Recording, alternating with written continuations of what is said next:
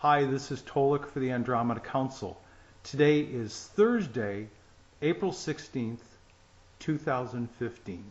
Today we're going to be discussing information, I think very important information, regarding some questions that a couple of people sent to me about the Wingmakers material, as well as contemporary Blue Avian people that are being discussed today as part of our awakening process. So, first I'd like to tell you about Adona, again, who I met when she moved and lived in Tucson back in the early 1990s. We had our first conversation in a small store called Angels from Heaven. And then over herbal tea in a place called Cafe Quebec. We discovered our mutual interest in what we called back then UFOs and ETs, the study of extraterrestrial life, if you will, our contact with our star brothers and sisters.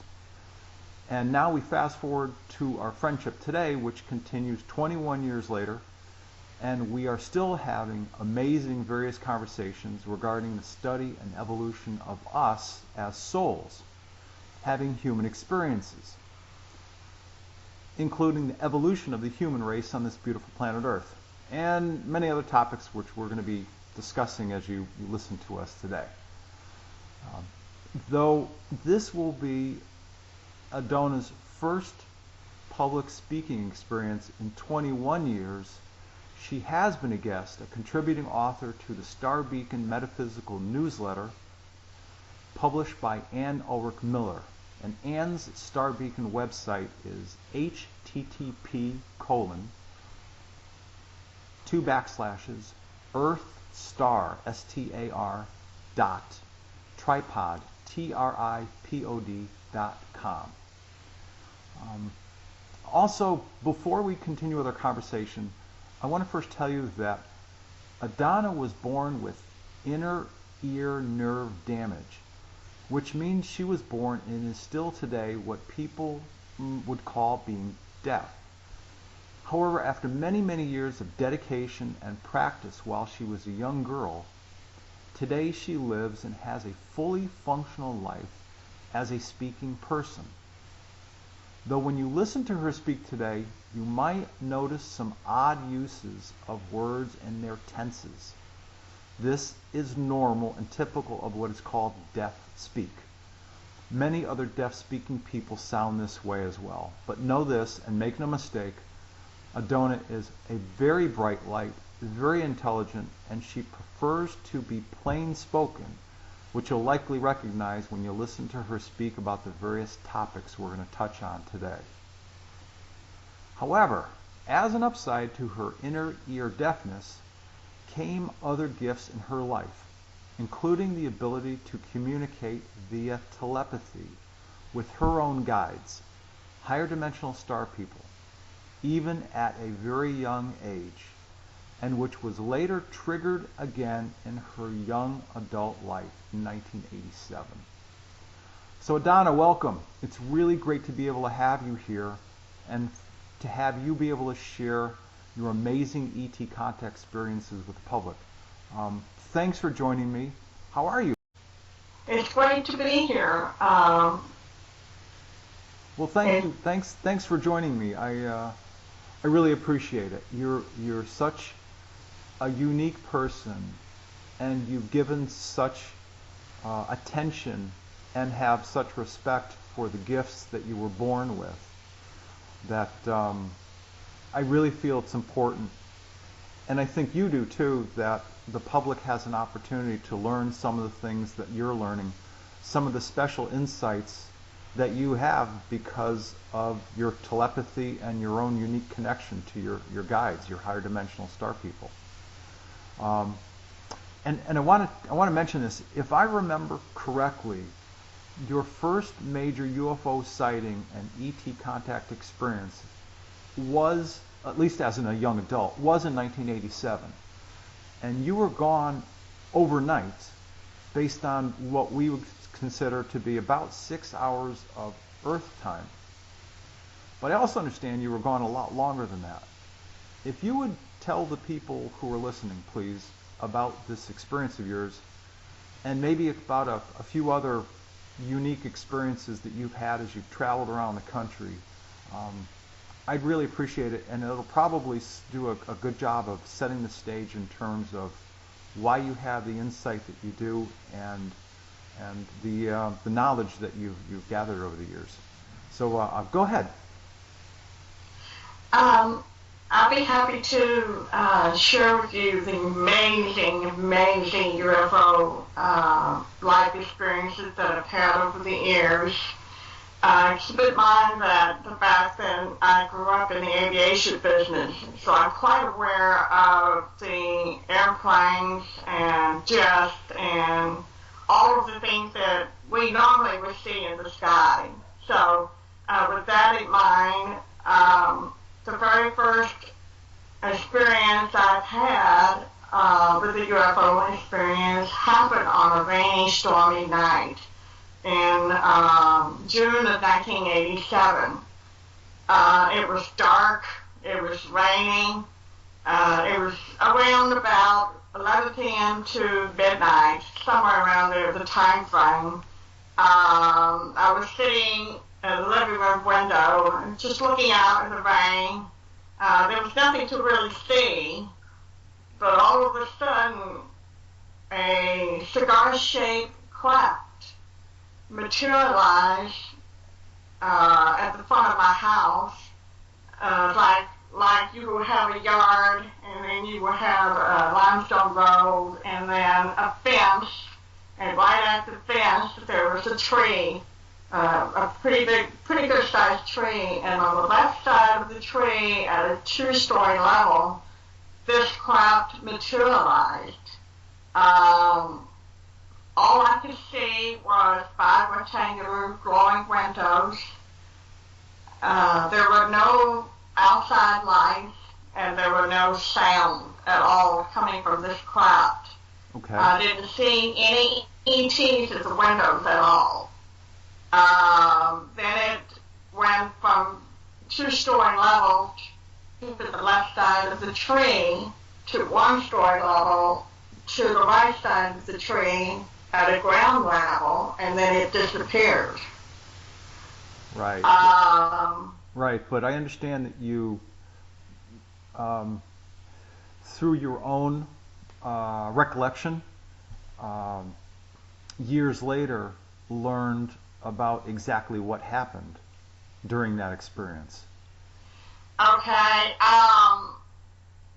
There were a moment when they had taken me up, and they were able to take me out of time and beat me aboard the ship.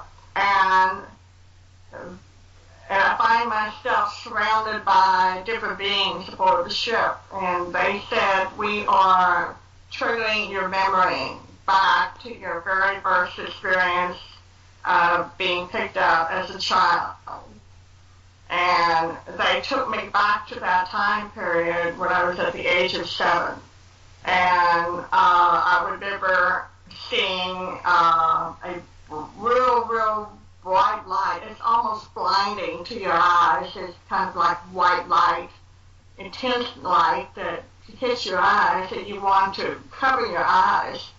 But it was a very, I felt very kind of like a loving feeling coming from that light. And the next thing I knew, I was aboard the ship.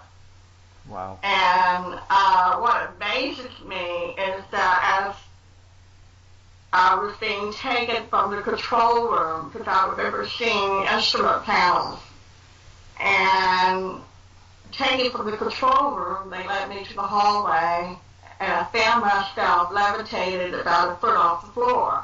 Well, as a child of 7, I thought that was kind of cool. It was kind of neat. To me, I had a ball. I had fun. I thought, wow, they had actually levitate me, floating me up in the air, and I thought it was a fun thing to do.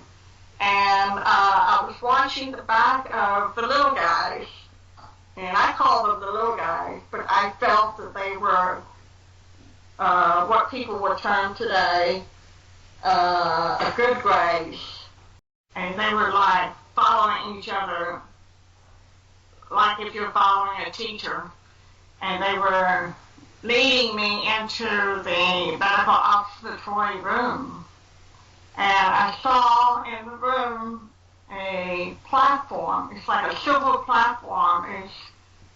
Nothing is holding it up. It's like suspended in midair. And they levitated me and had me lay down on the platform. And then I looked around the room. I saw like a dome ceiling, and there was light, like a bright light coming from the dome ceiling. Okay. But what happened was that it turned into different colors, because the room it's almost as if you see a disco ball in the middle of a dance floor. You would see different colored lights. In this respect, I saw balls of light, different colors of balls of light, and it was floating around the room, and it would hit me in different parts of my body. I then asked one of the three grays, that was the little people that was in the room, I said, "What are you guys doing?" And they said, "We're healing your body." I said, "Oh, this is fun. You know, I could watch this beautiful colored balls of light floating around the room." And to me, as a child, I was fascinated by it. Sure. Then the next thing I knew, I was again floating a foot off the floor in the hallway. And I looked up, and I saw a very, very tall, 7-foot a guy with a white blonde hair and this deep blue eyes that almost it's like glass. You could almost see through it.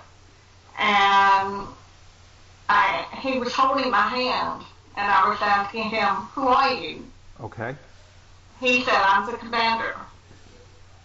I said, "Where are you taking me?" He said that I am taking you back into the room where you were beamed up from. And I said, "I don't want to go back to Earth. I want to stay here. It's so peaceful here. There's so much love here. I don't want to go back to Earth." So he squatted down, because he's so tall, he had to squat down and look at me eye to eye, eye level. And he said, "You have to go back to Earth because you have a mission to do." And I saw a tear coming down his face.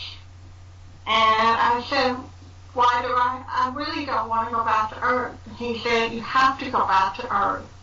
He said, "You will forget for a time.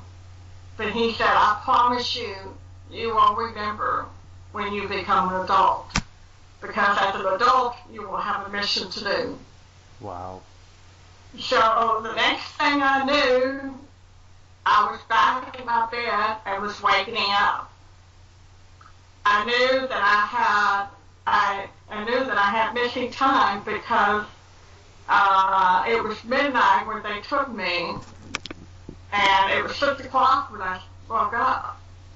And then, as a child growing up, it faded from my memory, where I could not remember any more of that event until 1987, when they picked me up and took me on the ship.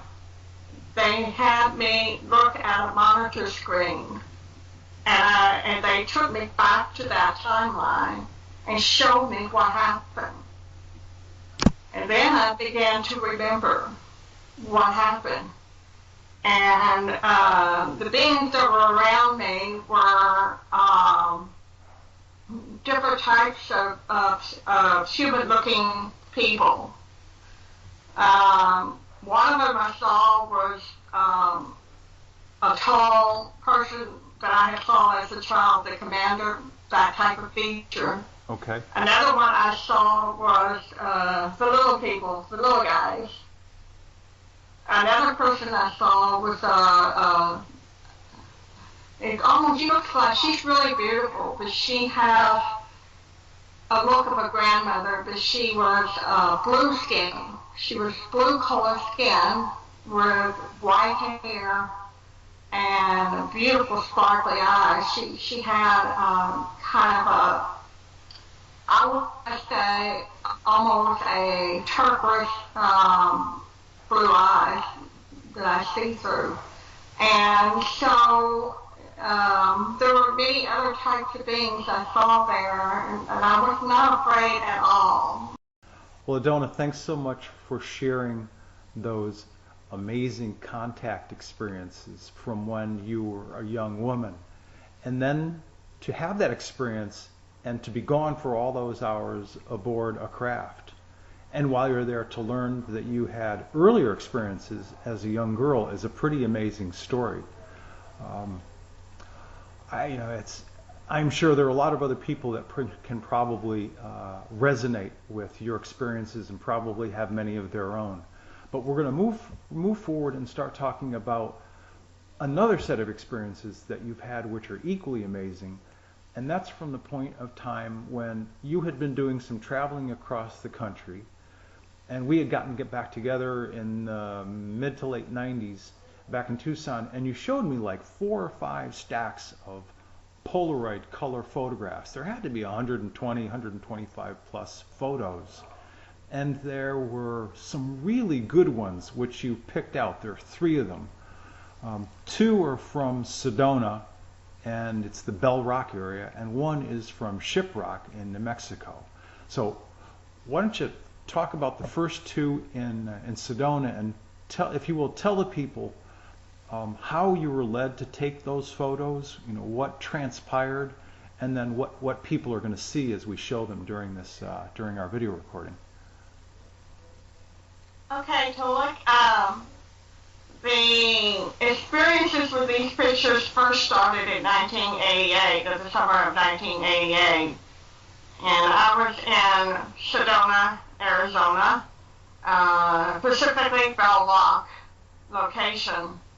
And I was instructed to take a picture of the sun, and I asked my guys, why do I have to take a picture of the sun? And they said because it opens the doorway to their division, and they will show up in this division, in the physical world through the avenue of the, Porter camera. Right. So this is, just to be clear, this is a daytime experience. And Sedona, as you and I both know, is blue skies a lot of the time. So this is the middle of the day, bright blue skies. That's correct. The sky was very clear. It was very blue, not a cloud in the sky. Okay. It was sunshiny, as you can see in the picture.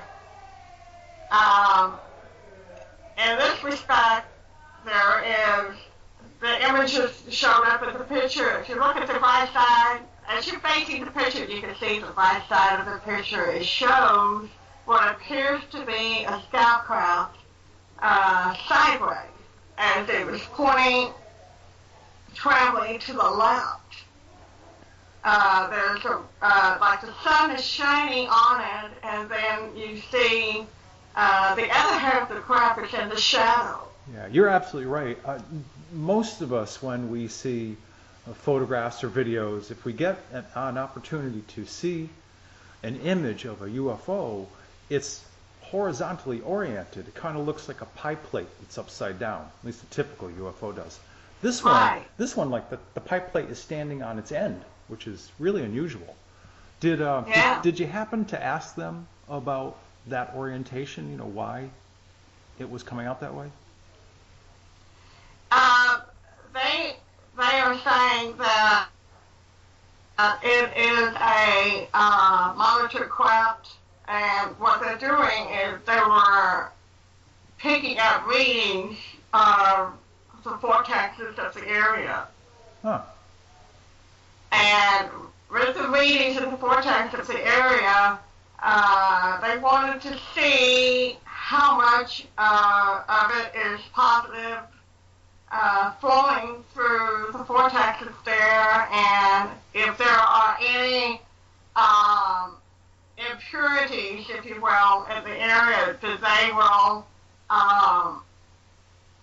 clear out the impurities of, that location. Wow. And how about what's that image to the left of the scout craft? Okay, there is what appears to be auras around the bushes. There is a tree, bushes on top of that rock, and you can barely see the greenish-looking aura around it. Right. A lot of times when you do curlier photography, they can take a picture of a plant or a tree, and it will show up with the aura that is glowing around them. Right. The life force energy of that living Right. being. Right. Okay. Yeah. Right. Exactly. So that's what this picture, as far as I could see, what it looks like to me. Okay. How about the next Sedona photograph? Okay. This particular photograph was taken at the bottom of Bell Log as we were making a trek going back to our cars, and we were right before the ditch. There's a dip there. You walk down the dip and Sure. you get up onto the road. Yeah, I know where it is. Right. Right. And so I was told to take this picture immediately. And I said, now? They said, yes, now.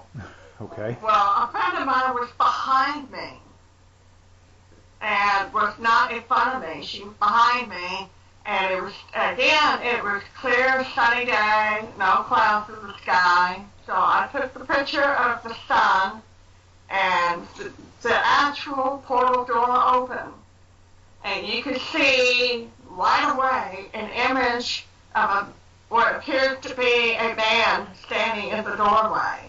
But even the curvature of the doorway is very distinct. It almost looks like a very talented artist painted or drew, because it looks so much like the top of a doorway. It's right. Yeah, it's a very, very clear image, as people can see.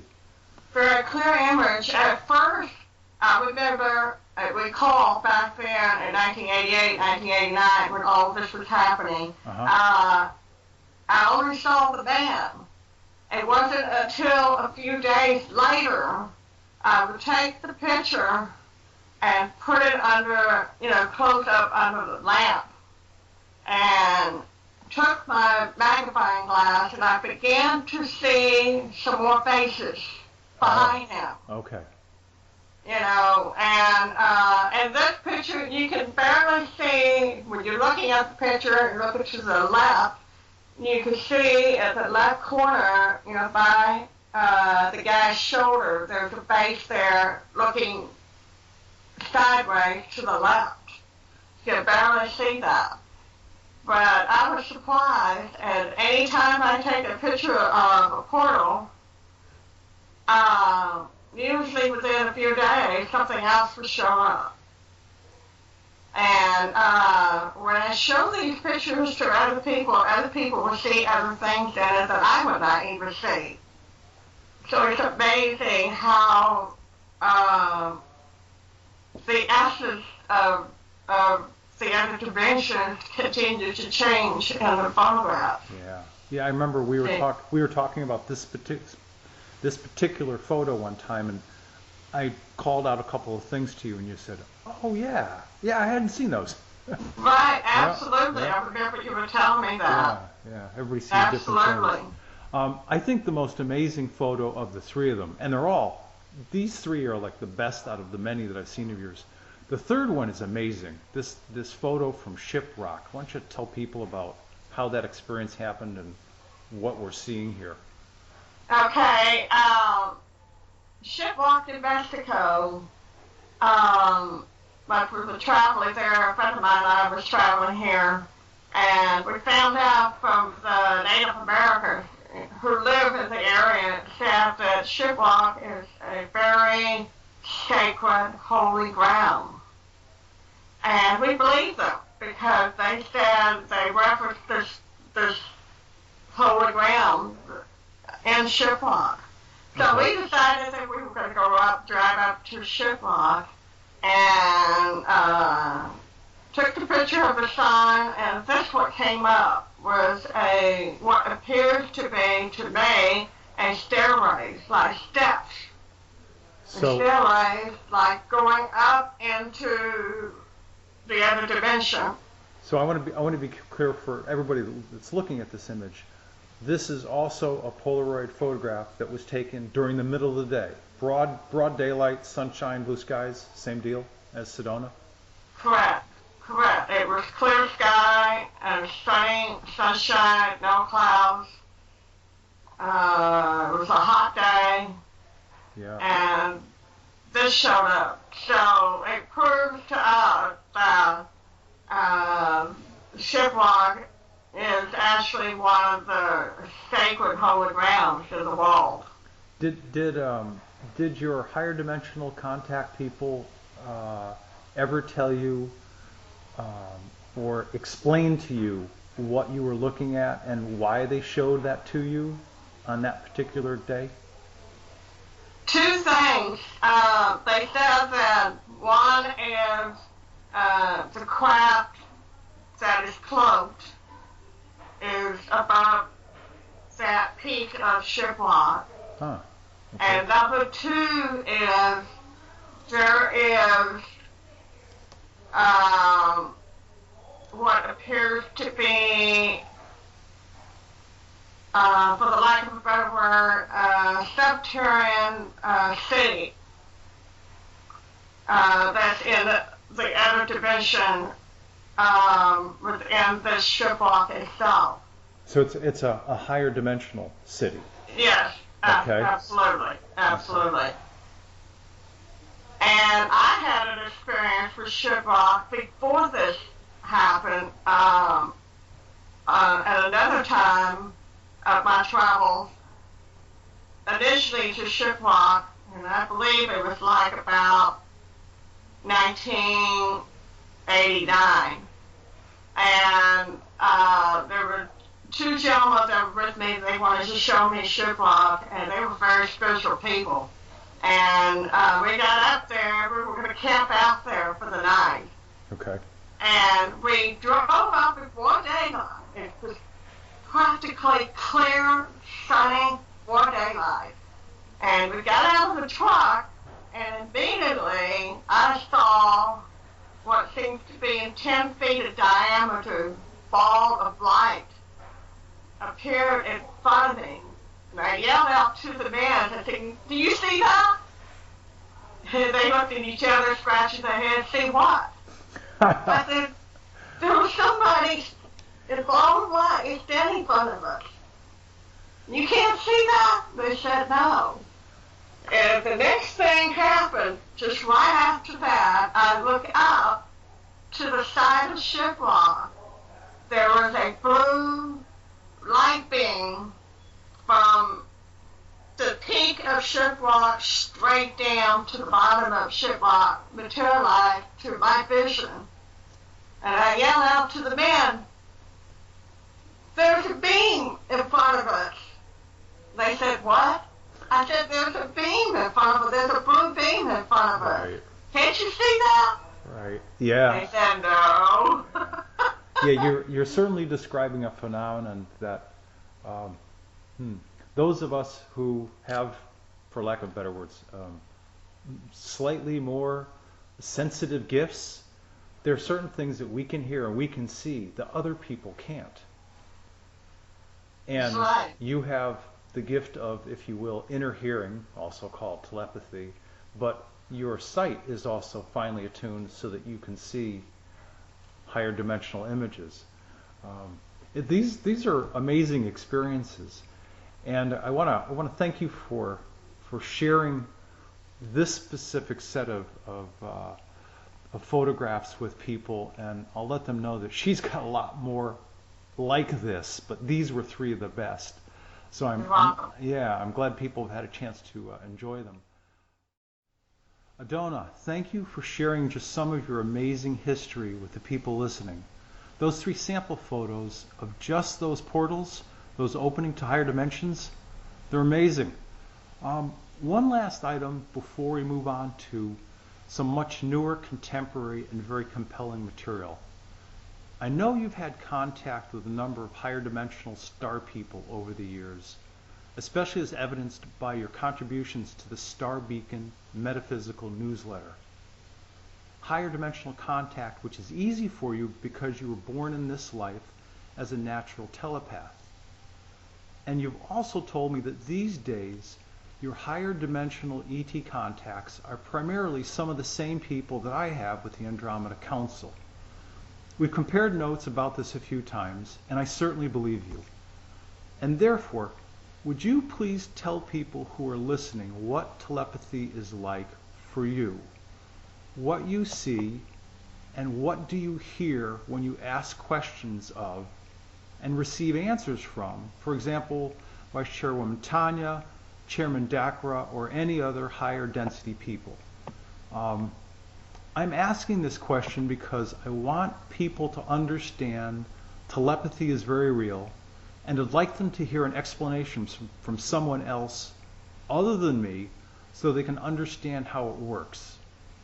And so that people can also understand that even when they transform someday in the future into becoming higher density 4 or 5D people, that their private thoughts can remain private. Even with telepathy, when people can hear or read other people's thoughts. So I'm going to let you respond to this, and please tell people about your experiences with telepathy.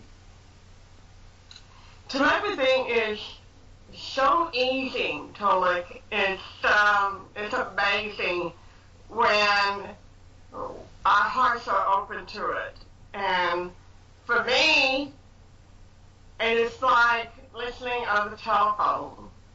And if you cannot hear the person on the other end of the telephone, normally you would raise the volume on the phone so that you can be able to hear that person talking to you.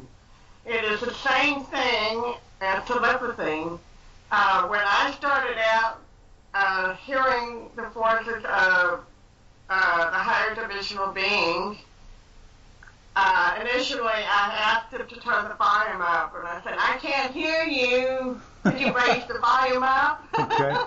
And they would crank up the volume, say, "Can you hear me now?" Uh-huh.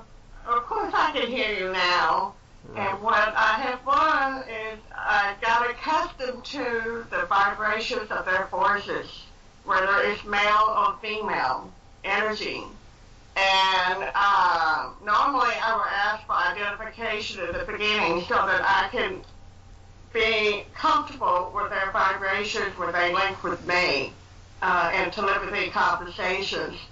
And then as I move on into the comfortability of telepathy, then I would tell them it's okay to lower your vibrations of your voice, turn the volume down, and I will know and sense immediately who they are right off the bat. Okay. So if I hear you correctly, you're telling me that you can discern and discern's the better word, discern whether you're hearing a male person speaking to you or a female person. And I know I'm going to say this correctly, so I'll just go here. You're hearing their voices inside your mind, not through your ears. Exactly. Okay. And the other thing that I've learned is if the the higher dimensional beings do not answer to identify themselves, then I would request the removal of them, because they would be possibly of the negative forces. And so, therefore, I would request the team to remove them. That's one of the other things that people can do to if they don't feel comfortable and if they're not answering their questions properly, then that's when they need to remove them. Okay. You know, I know that some of what you were able to do is at least comparably somewhat similar to what I can do. And I know that when they're talking to me, I get either snapshot images or kind of like brief movie streams if they're trying to show me different concepts. Can you tell people what it's like for you? You know, when you ask them a question, they're talking to you, but they also show you images. Tell people what that's like as well. Well, it's not any different than watching television or taking pictures of people. When they give me answers, they will either give me a snapshot of the answer, or they will give me a movie film, a short movie clip of the answer.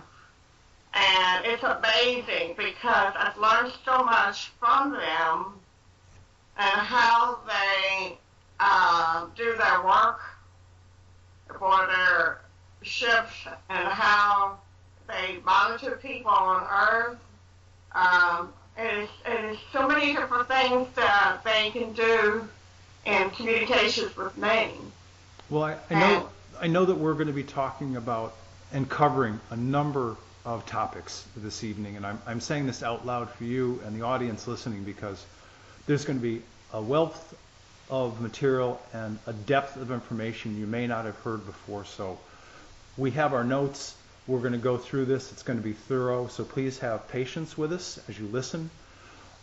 Adana, would you tell people, as an example, one of the topics we discuss are the Blue Avian people, which are described as the Inuans. And we'll get into those details later, but as an example, when we were first talking to your contact people about the Blue Avian people, what did they show you?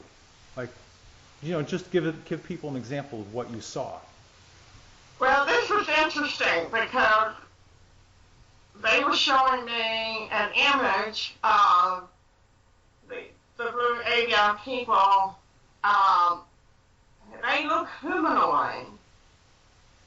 The only difference that I saw was instead of hair, like men and women have hair here on this planet, they have very fine feathers on their head. And their facial features humanoid looking, except for their nose. Their nose a little bit longer than average. In the description of what the image was being shown to me, and they wear clothes much like a tight-fitted suit that you normally see with spacecrafts, flown with spacecrafts. However, when they're within their own environment of their planet, they wear very much a loose-fitting type of clothes. Very gentle people, very loving people. They form into clans.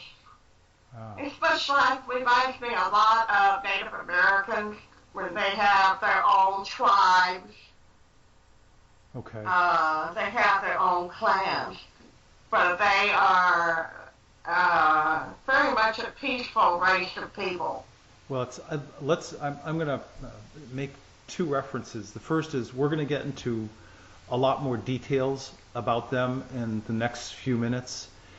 And also I'll tell people, just to be clear about this, these Blue Avian people, also known as the Inuans, they are higher dimensional people. So they can, as we've learned about other higher density or dimensional people, they can create and show people whatever form that they want to, because they can manifest a 3D organic body when they want to. So, Donna, thank you for that information. I believe the whole concept of telepathy is really important, that people get it and grasp it easily. And again, since we've got a lot of topics to cover, I'm going to move on. And the first one that we'll discuss is directly relevant to the Wingmakers information. A number of people have written to me recently asking about the validity of a recent June 2014 transcript of a 1998 interview regarding Wingmakers information, an interview that took place between Neruda and Sarah, a young woman who was a reporter at that time, and she was somewhat awakened in her own right. But before we start and get into the discussion that the Wingmakers were having about some key concepts, I want to talk to you about what you learned, who the Wingmakers were, and why their information and artwork in those caves, discovered and made known in the early days of the internet back in 97 and 98. Why was their time travel back to this planet important in terms of our own evolution on this planet? The Andromeda Council is aware of the Wingmakers' agenda to assist in providing to humanity the necessary information for the purpose of awakening humanity, to cause the removing of the blocks of their memories that ties in with the centuries of manipulations by the controller group that place a programmed synapse of threads within the etheric field of the earth that connects all life within her. And essentially they are from the future, and they have come back in time to planet Earth some 600, 700 years ago, because they knew, based on their technology, that it would be okay to share their knowledge with the people on Earth initially during the year of 1997 to 1998.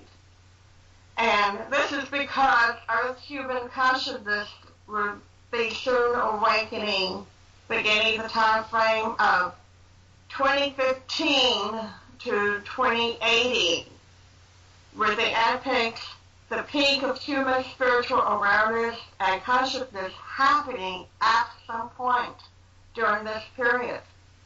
They came back to help nudge us, use key concepts, words, phrases, and images to help awaken us, to help ensure that we progress along what Alfred Weber would call a positive future timeline. Okay, that makes a lot of sense. This information also has an integral and relevant piece of it, the involvement of the Atlanteans. Donna, what about the Wingmakers' knowledge of the Atlanteans of that time? The Wingmakers saw that the Atlanteans were sentient interdimensional beings that were the original caretakers of this planet Earth. They were trying to slowly create the beginnings of life and their capacity to engineer and design the different plant kingdom and animal kingdom within the Earth. Of course, they started with the oceans that were being filled with many of the giant mammals that no longer roam the oceans today. Atlanteans were penetrating through the layers of the earth to reside within the core of the earth, since they were interdimensional beings to begin with. The core of the earth has properties that were ideal for their energy forms. And I want to say that it was amazing, the images that were shown to me animals and the plant kingdoms were so different from what we have today. The closest that I would think that comes close to is like some of the Amazon areas of the South America. Sure. They have that deep, what do you call it, the jungle type of, it's deep type of big plants and things that you don't normally see in other parts of the world. Well, So it was fascinating at what they could share with me in terms of what it was like at the beginning. If I didn't make this clear, because of this extensive Wingmakers presentation, what we're talking about in terms of a time frame is way, way, way back during the earliest creational days when the planet was changing from being a dense high matter world into becoming an organic Earth with, you know, the oceans and the large plants and the large animals that we saw back, you know, we didn't see them, but that existed back then. So this is, you're describing way, way back then, and I don't have any concept of it in years, but it's a long, long time ago. The other concept that the Wingmakers addressed was the Anunnaki. And let's talk about the Anunnaki as cited in the Wingmakers' June 1998 interview. The Anunnaki are one of the four races originally from the planet Nibiru. They were at that time and are today higher density, higher dimensional beings, essentially 4D beings. Okay. At that time, Anunnaki were searching the galaxy for the right type of planet to explore in terms of creating gold mining facilities for a very specific use of gold back on their planet Nibiru, which was necessary to A, provide fuel for the reactor technology deep inside their planet, which streams out artificial lighting around Nibiru. B, which also generated and keeps a force field in place, a complete protective bubble around the planet to protect it and its people as it continues to travel through very active areas of deep space, even today. The Anunnaki also wanted to learn about the level of development of life on this, what was at that time a fine as matter, higher density world, where they discovered this brand new solar system and its newly formed planetary bodies. They found that the closest planet holding the highest amount of gold and water was planet Earth. I will now cite a somewhat contemporary context of this theme that can be found in the recent 2011 movie, Cowboys and Aliens. Do you remember Cowboys and Aliens? Yes. Have you seen that movie? Yes, yes, I did. I enjoyed it. Right. It originally took place in the Arizona Death Territory. Uh-huh. Can you imagine that? Yes. The background Arizona Territory. Yeah, it's yeah. And how the alien base of the Old West was discovered, and that they were mining gold, changing its solid format into flowing particle matter, and they were streaming it up into their ships. It's amazing what movie makers have come up with, that we could see the truth. Yeah. And in any of the movies that we have recently watched over the years, and it ties in with the real life experience of what happened back in those days. Yeah. And interestingly enough, at least for the purposes of the people of the planet Nibiru, for them it wasn't about money at all. It was about securing a substance necessary to generate an atmosphere and keep a force field in place to protect their planet. That's why they needed the gold. Right, and it's also interesting that down through the centuries, if you think back to that time period, how gold was so important down through the centuries. And it has been from that time period, in the early beginning of Anunnaki's arrival here on this planet, and how gold was highly important material. And the people afterwards continue to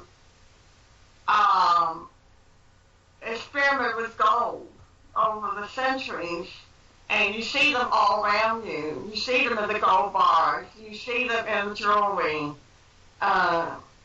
People are not aware of the conditioning that has been placed on them because of the Anunnaki's desire for gold in order to replenish what they have to replenish back in their Nibiru, back in their planet.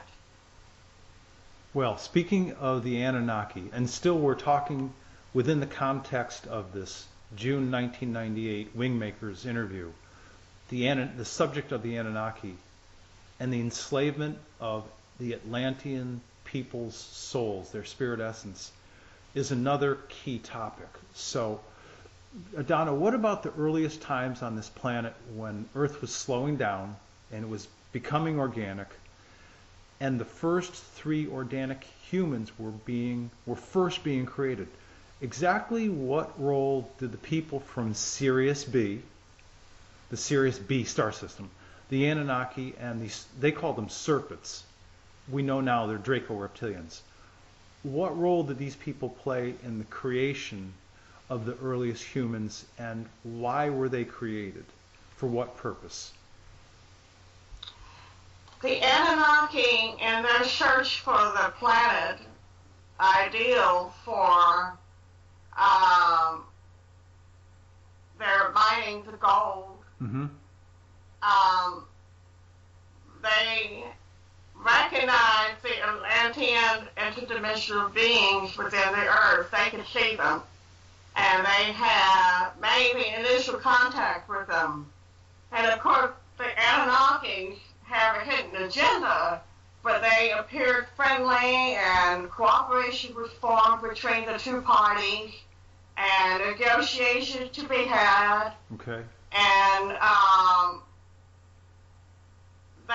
they wanted to see, Anunnaki wanted to have Earth be part of their own conquest. And they consider this planet as an initial testing ground planet. Huh. And to see if it works.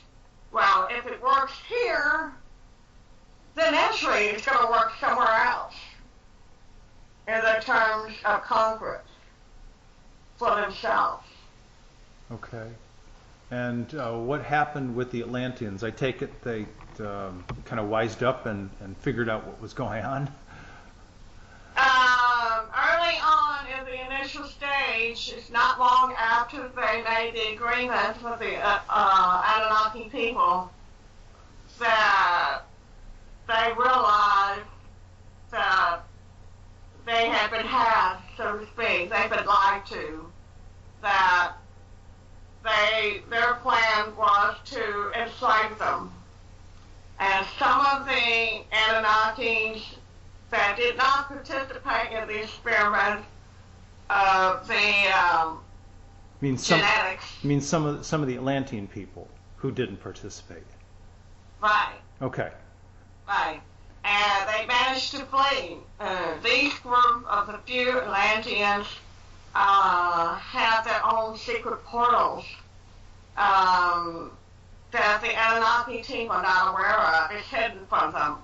And they escape through those portals to other parts of hidden areas of the earth that are not visible to the Anunnaki people. And so with that, the escaped Atlanteans found a particular way to keep an eye on the Anunnaki. But they were saddened by the fact that their fellow Atlanteans were encased within the human 1.0 and 2.0.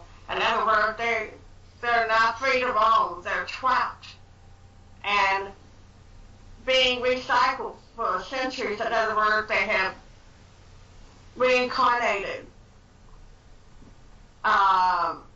each time they left their bodies, and they're not able to freely leave to roam about in the universe, so they're stuck here.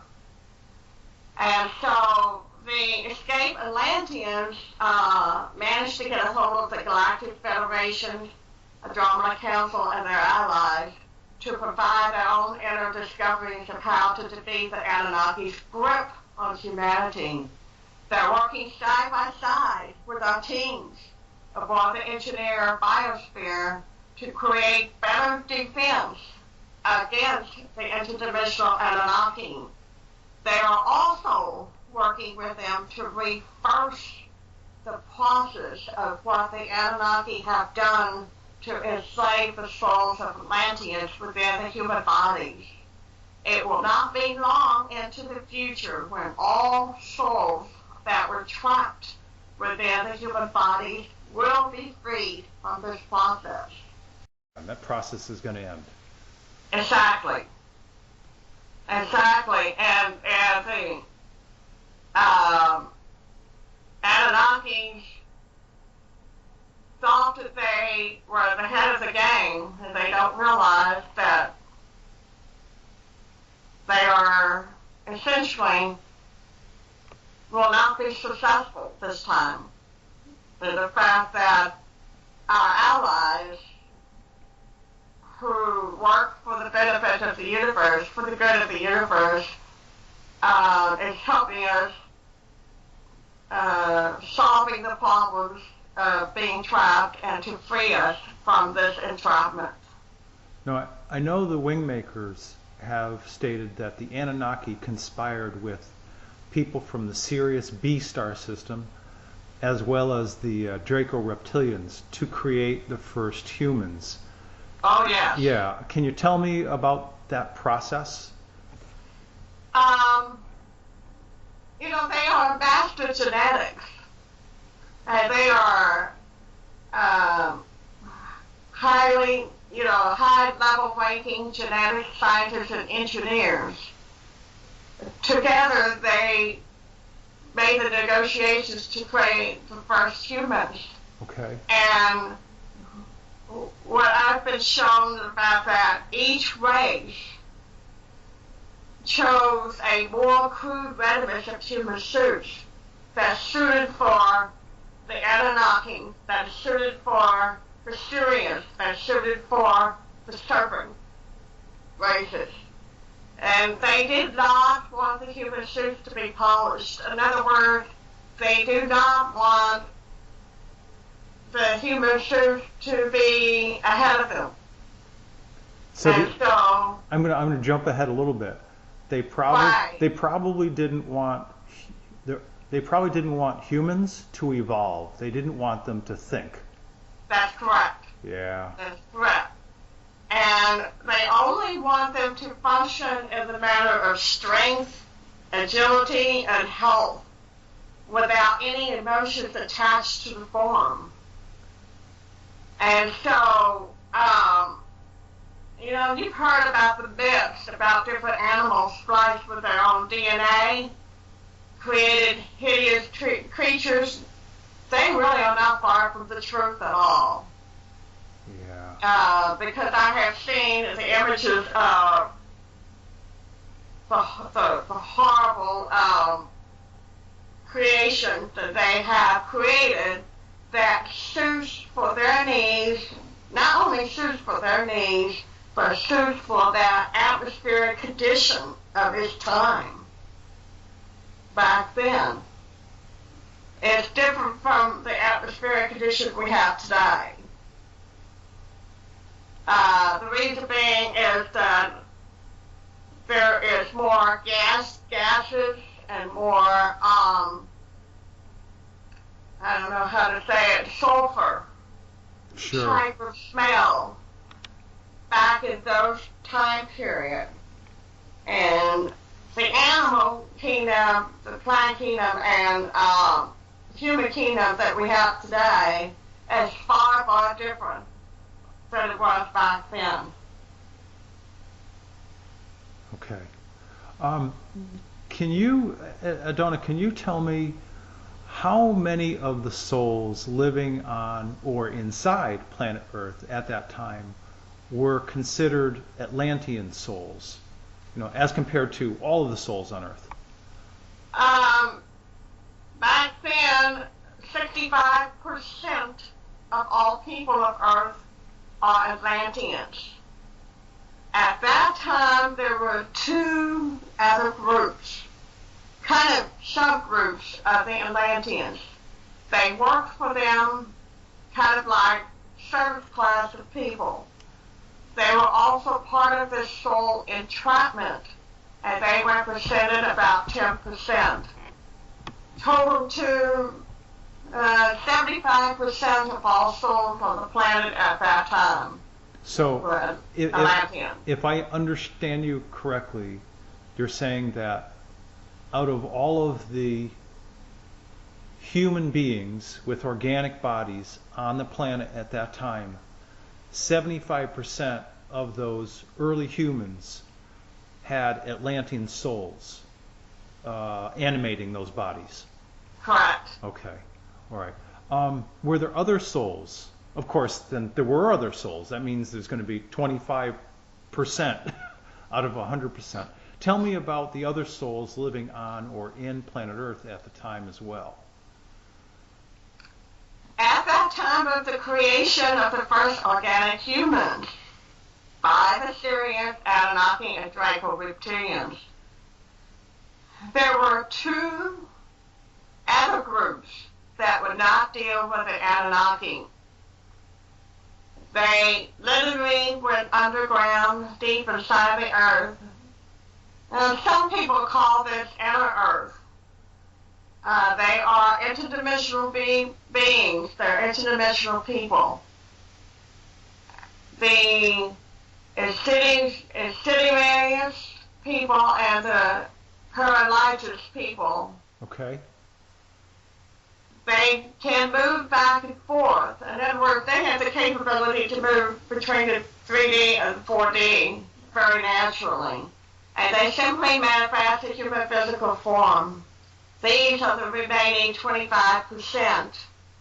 And yes, these people still live deep inside Earth today. And they are not the same people as the alleged people from Agartha. Okay, so we have two other groups of people, Isidrius and Paralytis people, that constitute the remaining 25% of all people on Earth. And yes. And those people retained their 4D fine essence matter capabilities and forms, and could create 3D human organic bodies when they wanted to. Right. Okay. Right. All right. Got it. All right. That makes me think, how many of the souls, percentage-wise, on this planet today, are of the original Atlantean soul origin, and why are they still here? This was an incredible answer that was given to me. I was surprised to hear this. As of April 2015, Yep, this month. 70% of all organic humans on Earth have internal Atlantean soul spirit essence animating them. Uh-huh. And why are they still here? Again, they're trapped. They can't leave. And I know we're going to have a pretty in-depth discussion about this later. It's one of the points that we're going to get into. So we'll stop on that moment. All right. So if we have out of the total, and here we go, approximately 7 billion with a B, 7 billion people on planet Earth today.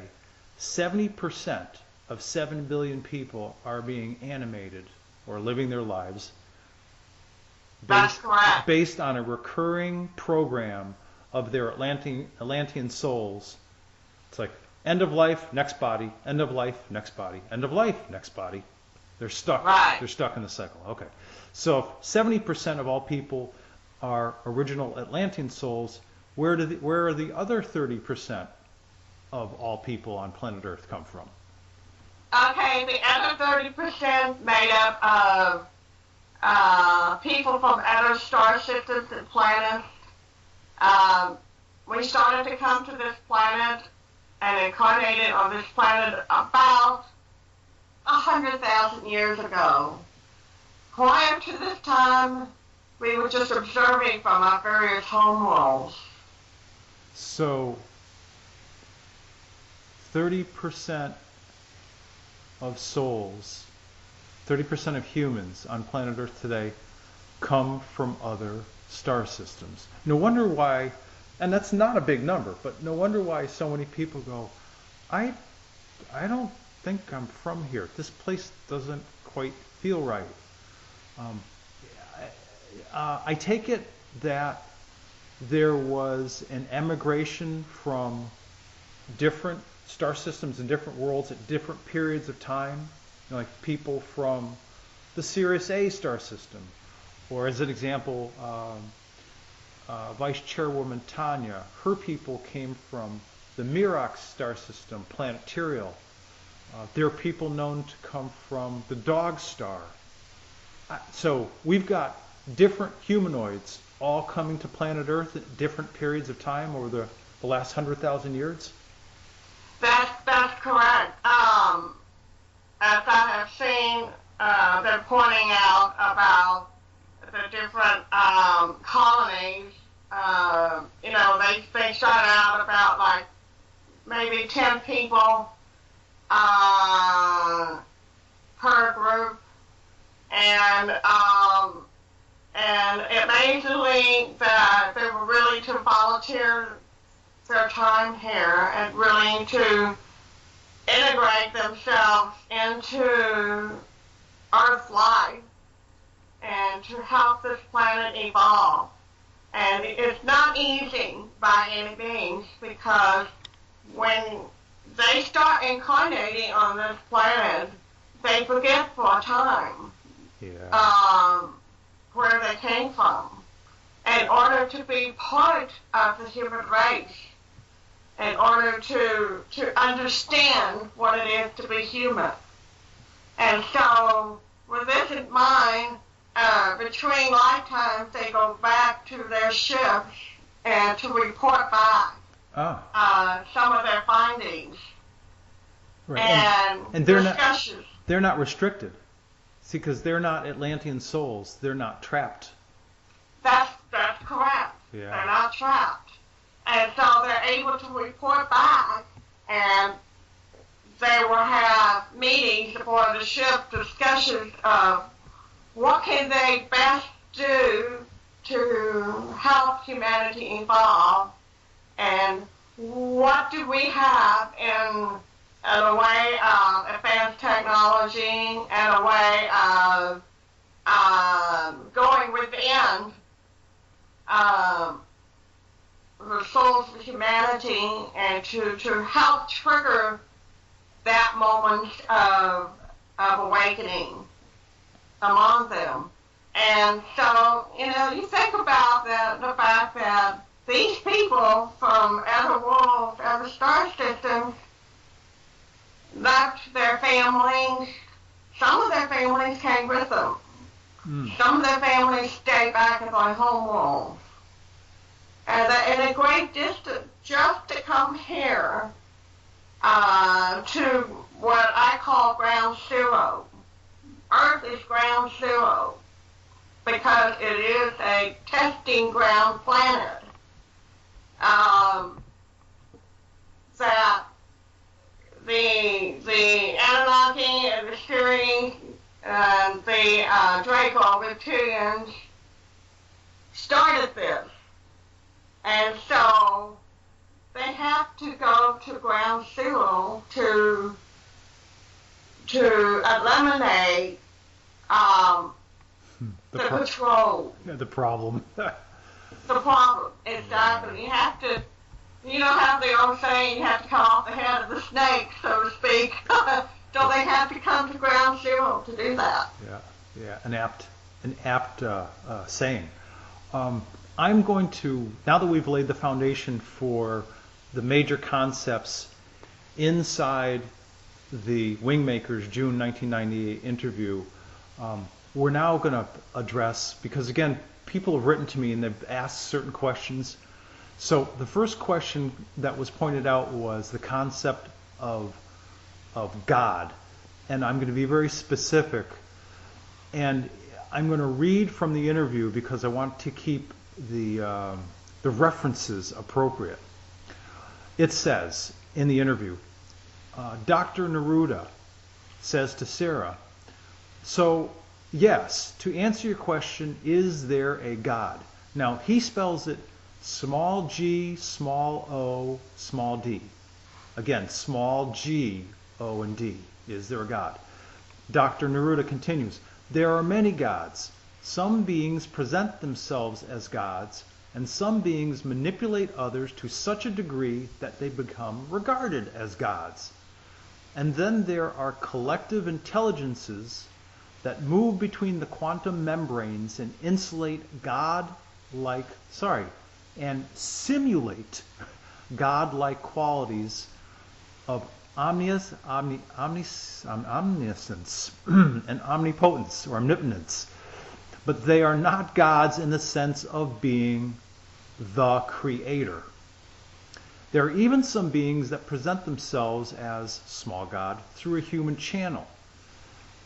He goes on to say, the view of the Wingmakers is that the oldest civilizations in the universe believe there is a creator, but that this creator, known in the Wingmakers' philosophy as first source, is so fundamental that it is the fractal essence of all life in all variations.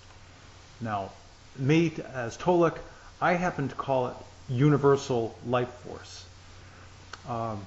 Dr. Neruda goes on to say, it is the quantum zygote meaning egg, it is the quantum zygote of life at the most foundational level. It is not truly knowable as we think of knowledge.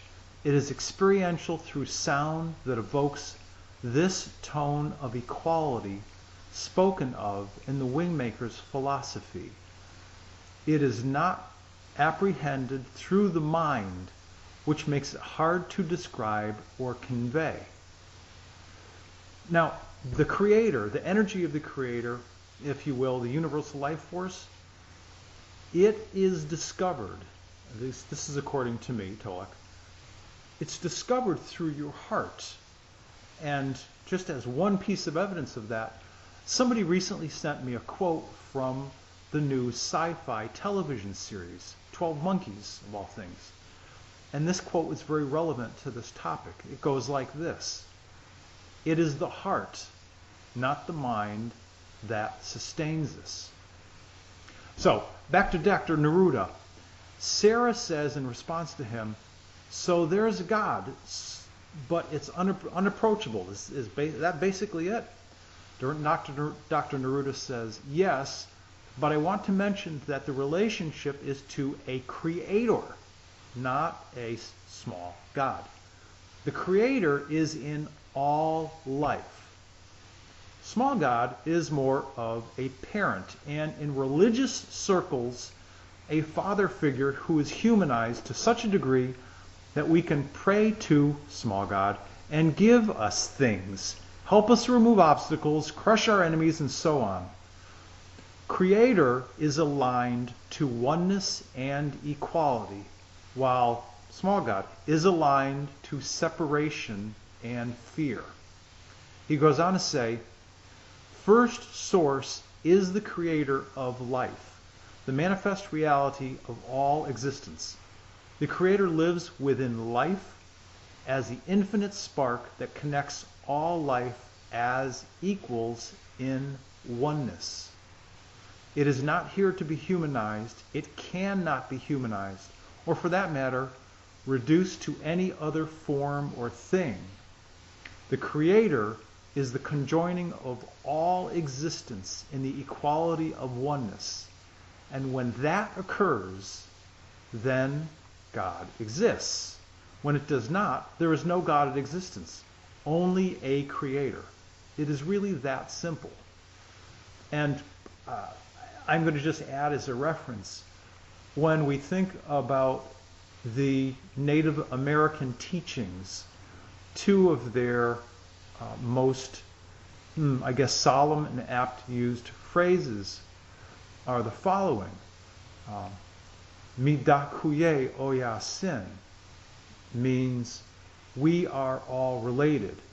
And the contemporary translation for that is we are all one. And likewise, when they talk about, for lack of a better word, their deity, their mystical figure, they use the word Huacandanka. And that translates to mean great spirit. But if you talk to the Lakota or Dakota about that, it means the greatest mystery, the unknowable. So interestingly enough, at least with the Dakota, Nakota, Lakota people, Huacandanka is also equated to what the Wingmakers call the Creator, the first source.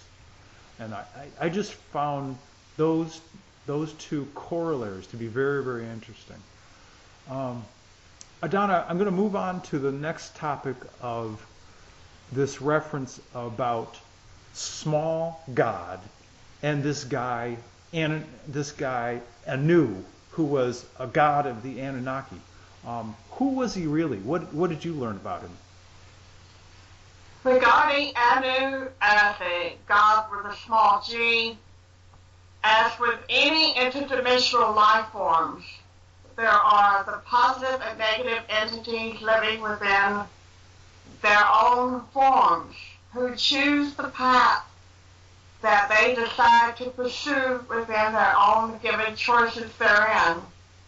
In other words, this earth is not any different from any other worlds in the universe, and that there are good and bad people as well as good and bad choices learned from their own decisions therein. Anu, along with fellow interdimensional beings that are considered to be genetic engineers, often gods with a little g, and manipulating the DNA structures to create their own version of creations to be on, shall we say, on display for their own pleasures to provide food source and enslavement to worship them that empowers the gods to their own ends. And to me, what was shown to me, Tolek, is that Anu was a very arrogant person. He sounded very egotistical. Exactly. And, excuse me, he is all about self. He doesn't want to do create this to be of service to him and make them believe that he is, for the lack of a better word, all powerful. Yeah. Which is essentially not true. They're just they have their own weaknesses just like everybody else. They have their own agenda, and it's not good. He's very controlling, and he wants the people to bow down to him. Okay, so we know who this character is. All right, we're going to move Right. on. We're going to move on and talk about, again, we are still within the context of the June 1998 Wingmakers interview, and they next address the topic of the sovereign integral, if I'm saying this right, sovereign integral, also known as the human soul. And the Wingmakers have said that sometime in the near future of Earth's human history, we are going to be able to prove the existence of the human soul. But Donna, I'd rather talk to you about how people can get in touch with their human soul. And I have found that it is through being out in nature, through immersing myself in nature and discovering whatever questions or answers that come from my soul, which you could always call my higher self, and that those answers come intuitively when I'm least working on them or least thinking about them. I'd certainly like to hear about your own thoughts regarding this concept of the sovereign integral or the human soul. First of all, to like everybody on this earth has the ability to go within and touch their own, for the lack of a better word, higher self in connection with all life that exists in the universe. The beauty of it all is what I have experienced through my own connections with the universe is that when I was out of my body during meditation, basically, because I had opened my heart Yes. to allow the universe to show me what it is they want to show me. And I found myself in the middle of the universe between planets. And I found the connection through the heart. I'm able to sense the entities of these planets and the star systems. Wow. And so on. It was really interesting to realize that, most people would think we're upon a walk. Well, that's not true. The planets, the moons that surround the planet, the sun or the soul, in this case, in our solar system, all have life, all have energy, all have vibrations, all have tones. So when you connect with that, it opens up a whole new world for people. And it doesn't matter where you're at on this planet Earth, whether you're a man or a woman or a child. Anybody who is drawn to nature or drawn to music or drawn to just being still, being quiet, they're all interconnected to each other. It's much like the ley lines that we have on Earth that is connected to the ley lines in the rest of the universe. If you would think of the human body within the human body, we have nerves. And the nerves have ley lines between the nerves. They connect to each other and talk to each other. It is the same way as humans can connect with the plant kingdom, with the animal kingdom, with the universe itself. It's really, really beautiful to see them being shown this, and it doesn't take time at all to get in sync with the universe. If the people have desire to connect, they can. All they have to do is open up their heart to receive it. It's just that simple. Yeah, and that goes back to the essence of how do you get in touch with your higher self, your soul essence. It's through your heart, through your intuition, and not through your mind. That's why so many people are in the beginning stages and other people are more accomplished in choosing a path of meditation. And it's because through deep focused breathing, sometimes with guided visualization, sometimes not, but with deep, slow breathing, you can slow, I'm not sure I'm going to say this right, but you can slow the body down enough, which will also simultaneously slow the mind down enough so the mind gets really quiet and still.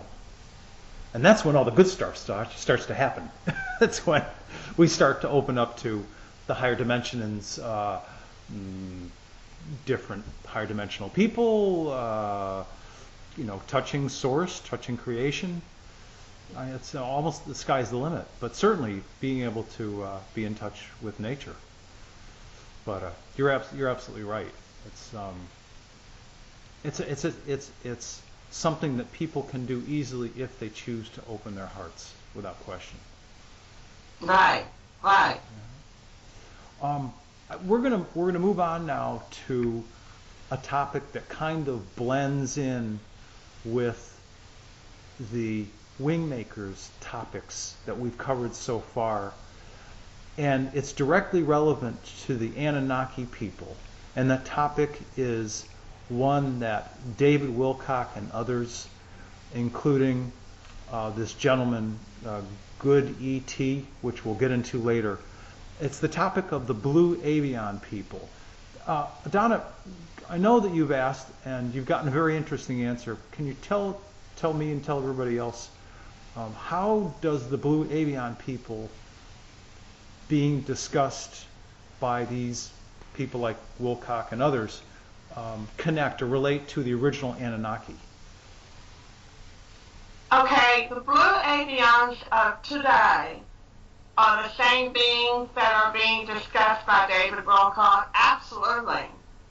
They are, if you will, the good guys. Direct cousins of the Anunnaki. The name of their race is Anurans. Anu, A-N-N-U, in their language translates to the word sky, which happens to be somewhat dark cranberry color, which comes from this brown dust, also much like the light and dark cinnamon coloring of Sedona and or the Grand Canyon. Back to the Anu people. Unlike their controlling, manipulative Anunnaki first cousins, the Anu are a gentle race. They have the strength of flight, and they will work with humans to build structures that rise into the sky. Also, these Blue Avians have their own sky cities. And yes, the Anurans refused to be called God, even though the powers that be want all of humanity to worship any race of beings that come to visit the earth.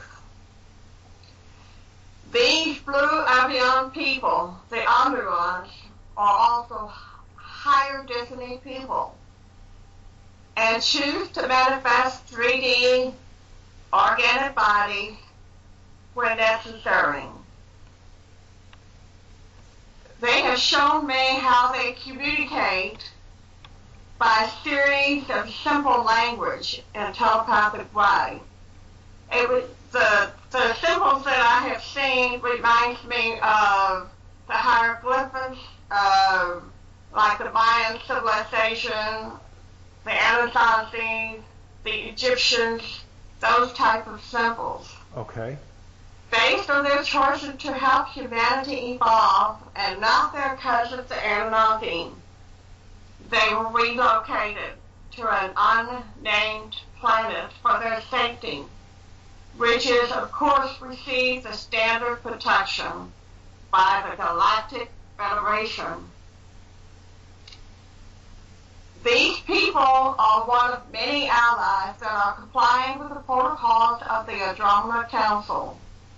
They are willing to help us with Earth's transformation. They have the means of technology that can stabilize the atmospheric conditions for breathable, pure air, as well as teaching others how to maneuver the path of the air with their own design crafts. These blue avian people are not to be feared as created within the midst of movies such as Night at the Museum, Smithsonian, or even within the stories of the Horus in Egypt. As I had mentioned earlier, they love their own clans and have formed a special relationship with the Andromeda Council's people. They are here to help us evolve and improve our quality of life. This is not the only planet that the bird people have visited over the years. It is one of many planets that they have an interest in preserving the quality of life and help to develop the planet species into the next octave of evolving awareness. For the record, know that the Andorans have stated, in alignment with what the people of the Andromeda Council have said from the beginning, that when the waves of higher vibrational energy completely saturate this solar system and the higher density transformation of this world takes place, that the many manipulative and abusive beings such as the Draco reptilians that have been living on or underground planet Earth for years, they will no longer be able to exist here. They simply won't be able to tolerate the higher vibrational frequencies. Wow. So, yeah. So the Anunnaki are basically first cousins to the Anunnaki? Yes. Okay. All right.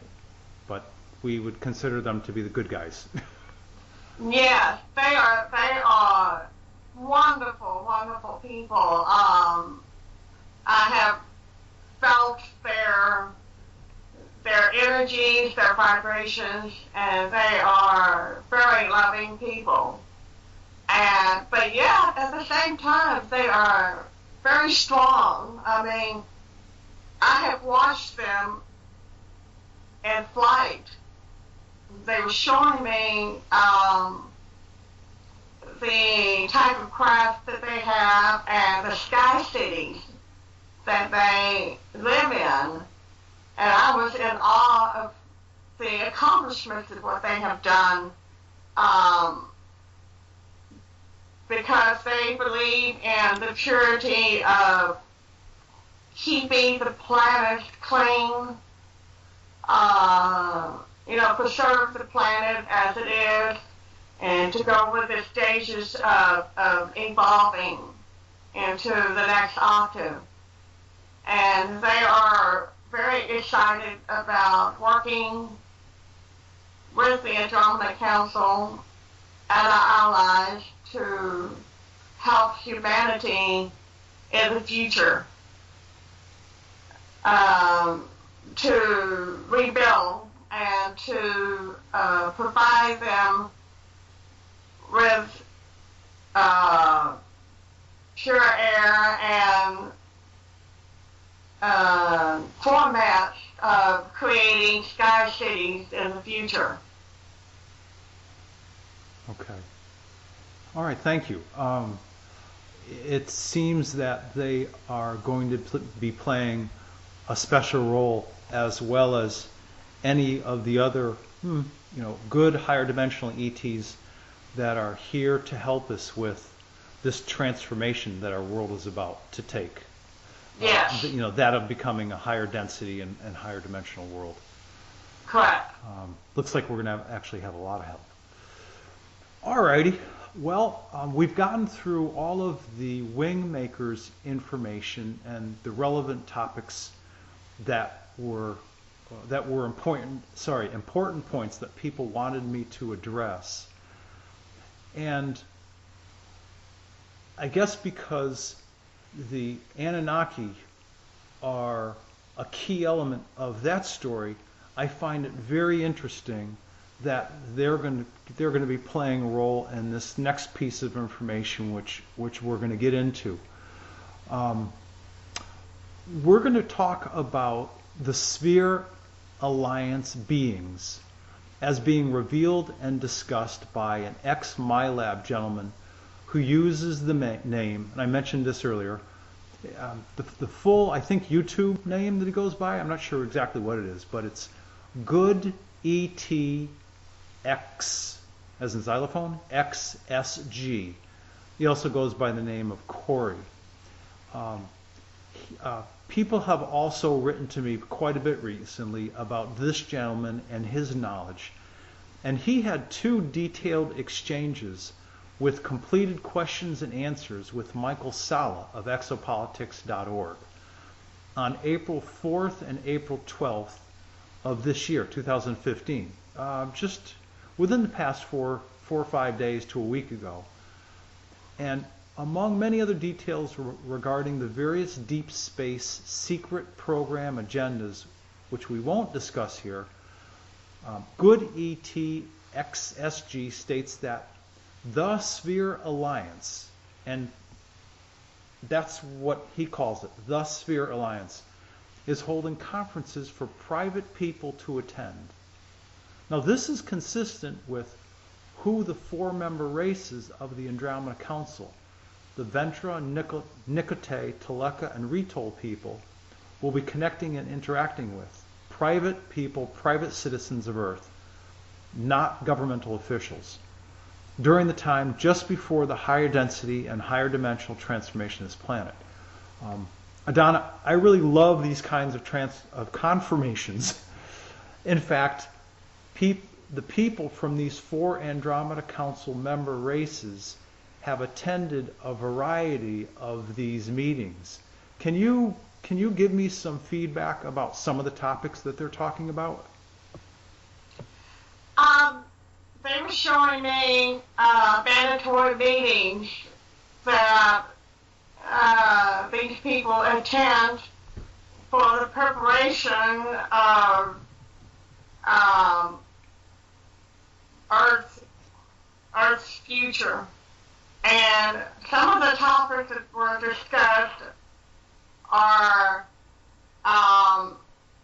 things like meeting people in the regional areas of Earth, walking among them and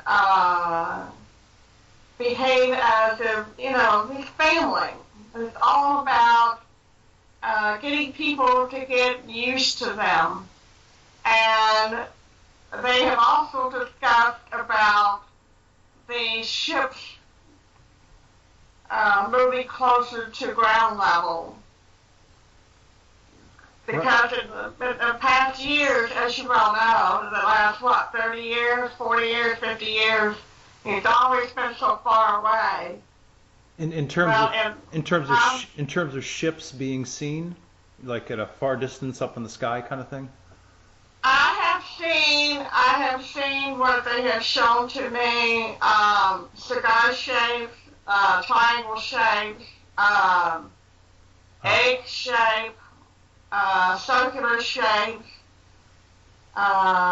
various sizes of these ships, whether they hold 3 people, whether it holds 20 people, whether it holds 100 people. It's various sizes. It can go anywhere from small to as big as a football field.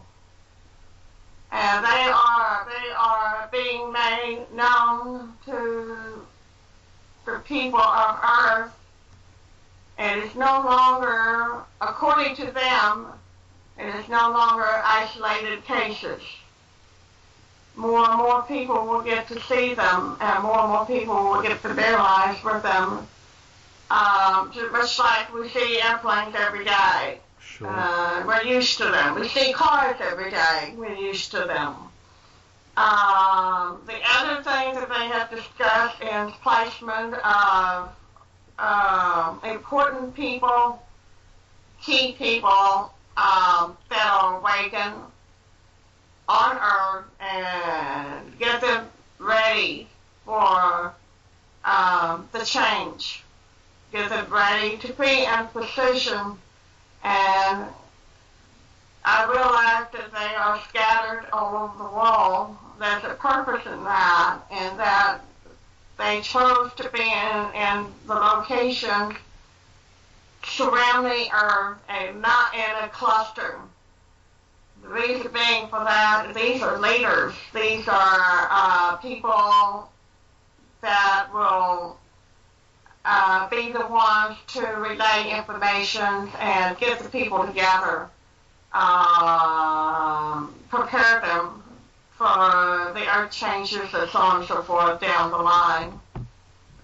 Well, So these are some of the things that are going on, mandatory meetings aboard a ship.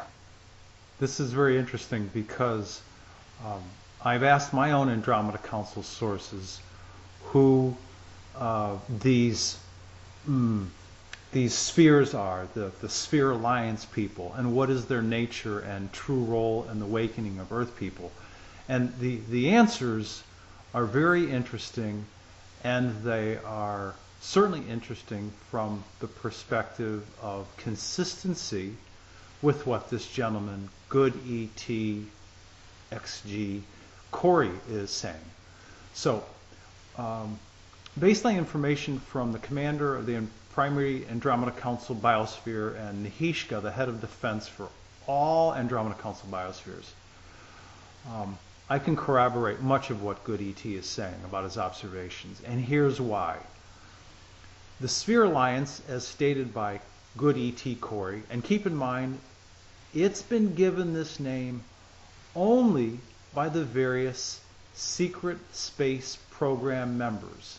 Now, Good E.T. Corey calls them SSP members. So just keep in mind, SSP means Secret Space Program members. Based on my sources from the Andromeda Council, the Sphere Alliance is mostly a combination of independent, humanoid, higher dimensional, and higher density races, all the way up to 9D beings, which exactly so happens to be the composition of the member races of the Andromeda Council. Now, the Sphere Alliance is larger than the Andromeda Council, but it also includes the Andromeda Council. Now, I'm going to start getting into some numbers here, so I'll try to take this as slow and deliberate as possible. Here we go. The overall Sphere Alliance, there are many spheres, approximately 29 total spheres, so named in the Sphere Alliance. They are cloaked, higher dimensional or otherwise, in and surrounding our solar system right now. And here's a breakdown of those 29 spheres. There are 12 Sphere Alliance spheres stationed each in a specific location all around and just outside our solar system and just outside of what is an electronic force field that is in place. Now, regarding this force field, think of our solar system now being inside of a protective electronic bubble. There are also 5 additional Sphere Alliance spheres just outside of our solar system, ready on standby if needed. Now, as I've said, the Andromeda Council is part of this Sphere Alliance, contributing its own group of 12 biospheres. And so here's a breakdown of their assigned stations. There are 9 Andromeda Council biospheres that are just inside the border, inside the electronic force field, forming a complete ring protecting our solar system. They keep any, if you will, bad guy ETs that are already here in our solar system from escaping. And they also keep out any bad guys that might try to enter our solar system. The Andromeda Council biospheres stationed just inside the border protect the people on the planets in our system and keeps the quarantine in place. Now, Good E.T. Corey says in his April 4th exchange with Michael Salla about Secret Space Program number 3 regarding the Dark Fleet. And I will quote Good E.T. Corey right here. And he says, the Dark Fleet, it worked almost entirely outside the Sol system. Very military, offensive, worked alongside the Draco Alliance and are expected to fight alongside them in their affairs in other systems. So for the people listening, do you understand the point of this? The point is that Good E.T. Corey specifically names the Draco Reptilian Alliance. Now, in another more recent second exchange on April 12th and 13th with Michael Salla, Good E.T. Corey also states, and I'm going to paraphrase him, but pretty close, the 3rd, 4th, and 4th, 5th density off-world groups. Some of these off-world groups, and he's got in parentheses, Draco/Orion and others, have shown recently that they are willing to sacrifice some of their own lower caste. Now, this is my own comment. Draco reptilians, based on everything I've learned, are definitely of a military caste society. And Good E.T. Corey continues to say they're willing to sacrifice some of their own lower caste as well as all of their elite human following on Earth in exchange for clemency and to be allowed to leave Earth and the outer barrier of our soul system, SOL. Well, and this is Tolek speaking, that's not going to happen.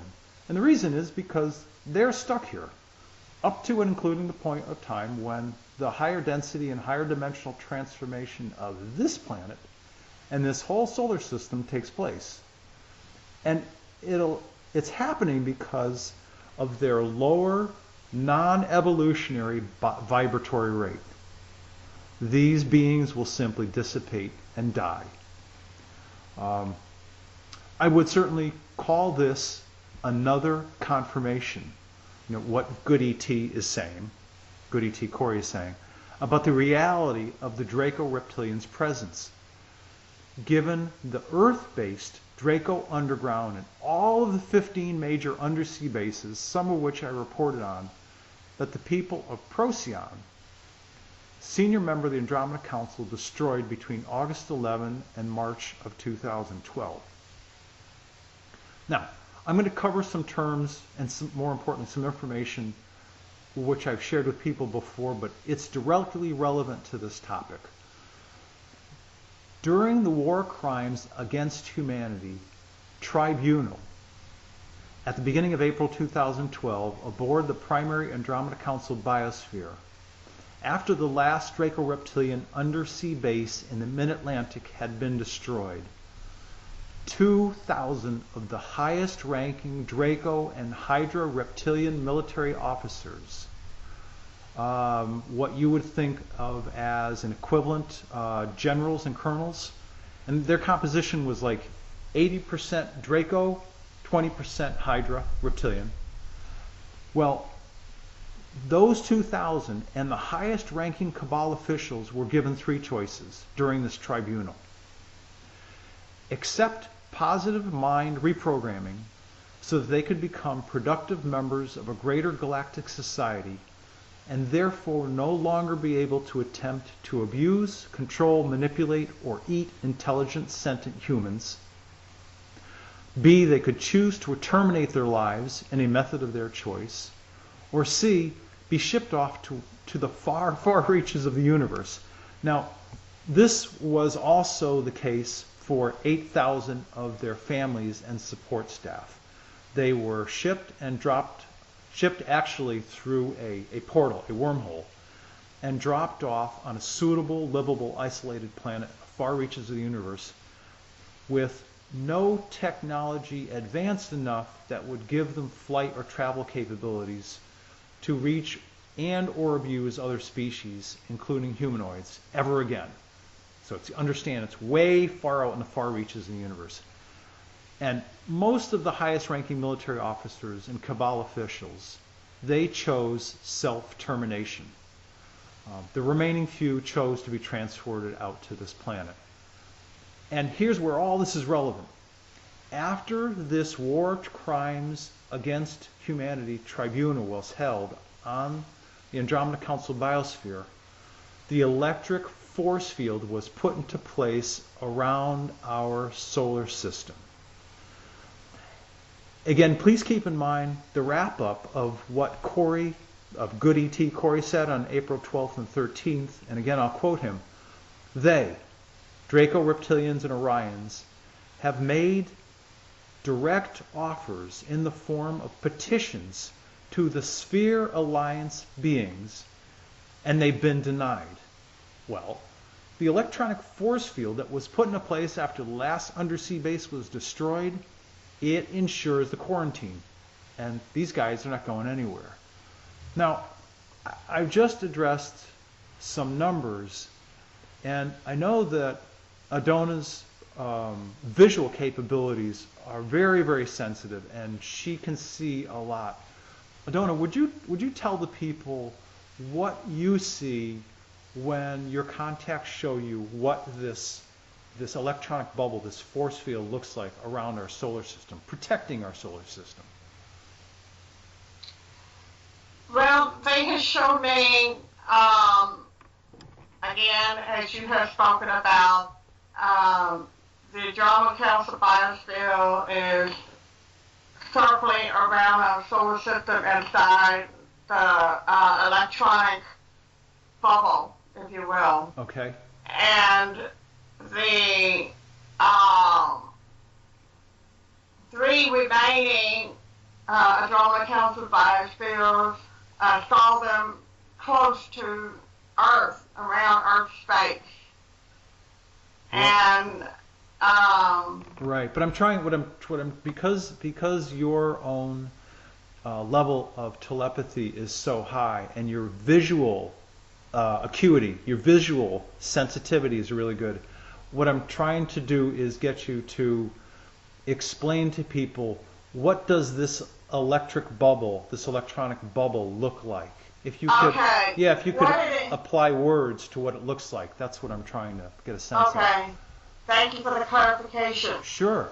What I saw was when the biospheres are in position, what the engineering biosphere has done was connecting all of the biosphere to each other, which then turned on this electrical force field.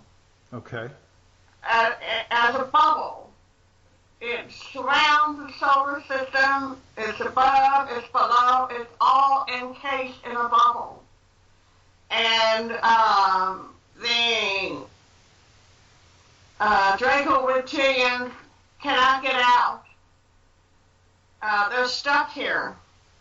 And the Draco Reptilians, Syrians, and Anunnaki, they have any ships outside of the solar system, and if they try to get in, what happens is that they disintegrate. It shocks them, and their ships fall apart, and they disintegrate. They can't get in, they can't get out.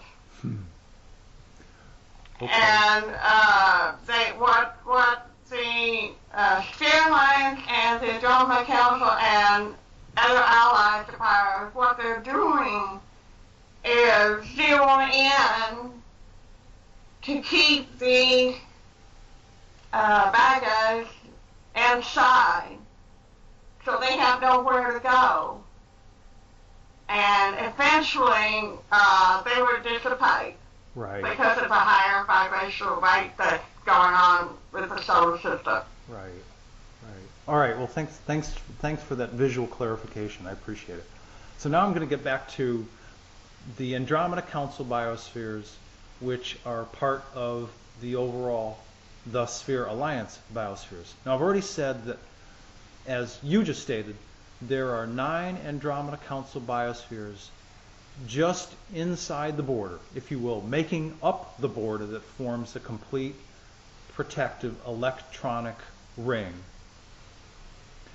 And there are also 3 remaining Andromeda Council biospheres in and around Earth space.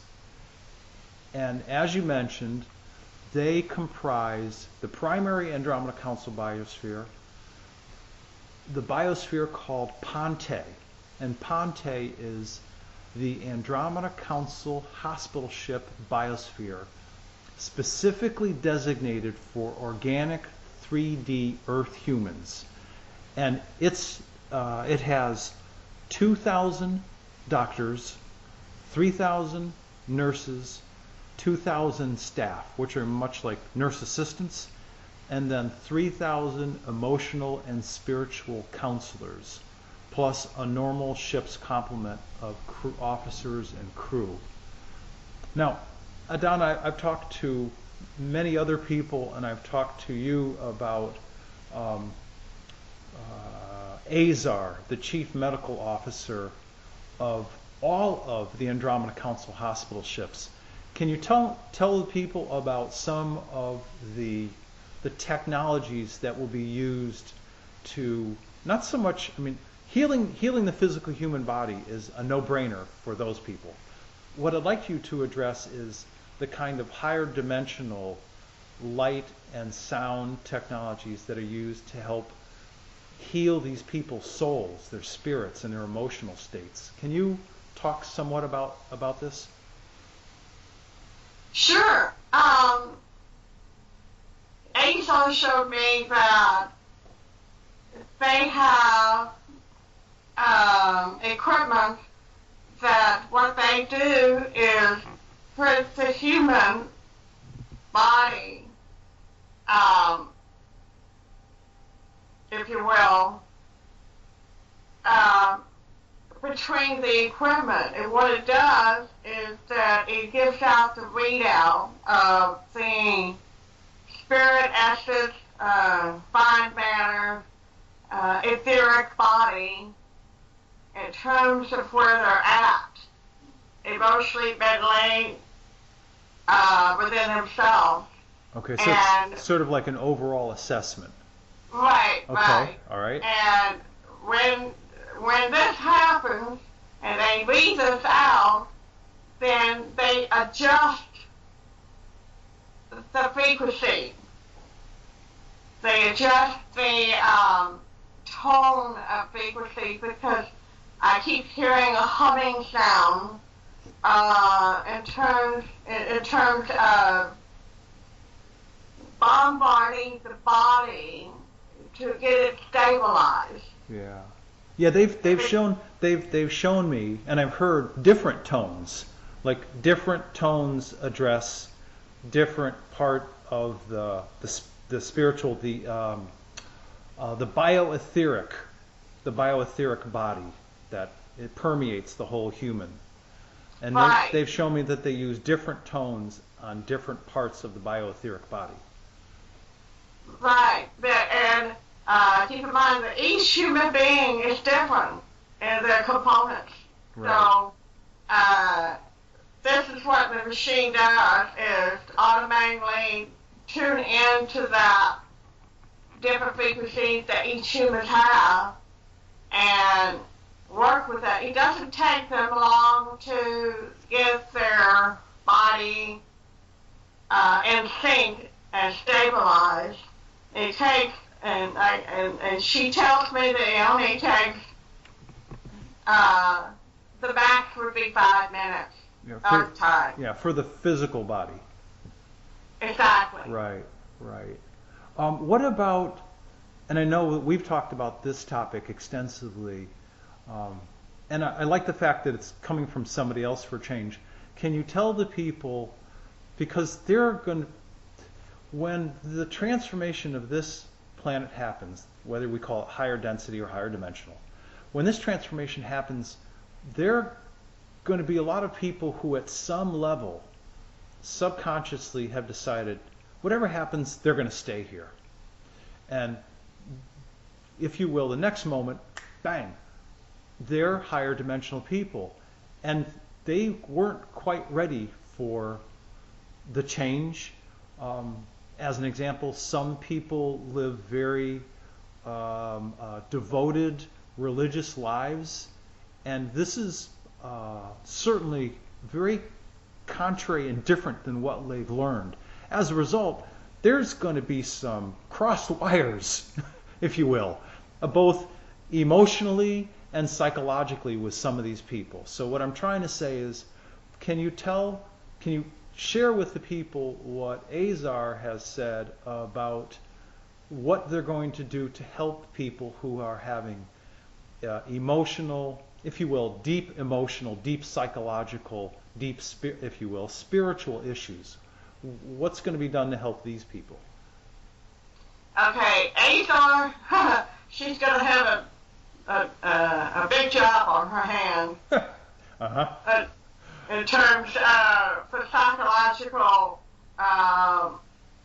havoc that's going to be going on in the minds of humanity, at least for those who are not awakened. Yes. And are deeply conditioned within the program that has been handed down from generation to generation through the DNA structures of people.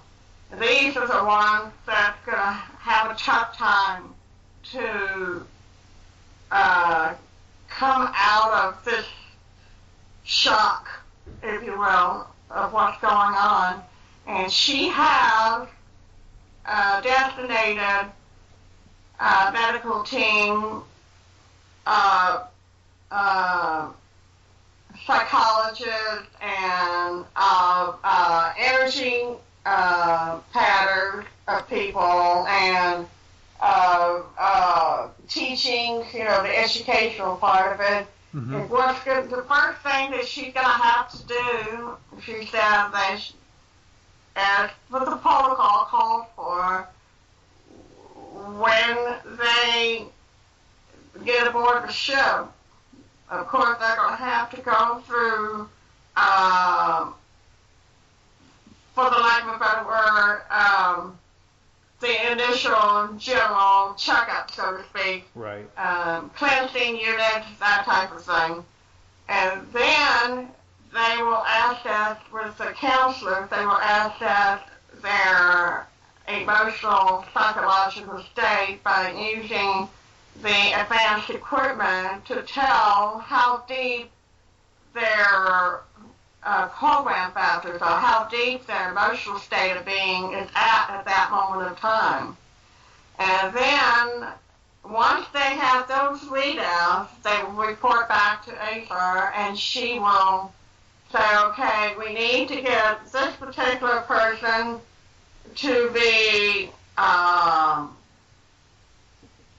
to be deprogrammed, so to speak, and just kind of take them into an area where there is peace and calm and quietness, and try to get that energy patterns of their soul essence to calm down. Yeah, stabilized. To stabilize them.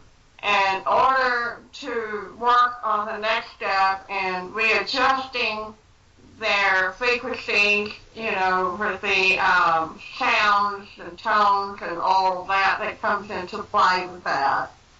And once they get through that particular part of the healing aspect of their emotional, mental, psychological state, then they will slowly work with them along with their own assigned counselors and teachers to help them understand what's happening to them and what they will do for them, and to get them back on track in terms of normalcy within their lives. So you're talking about 7 billion people on this planet, and that's a lot of people. Right.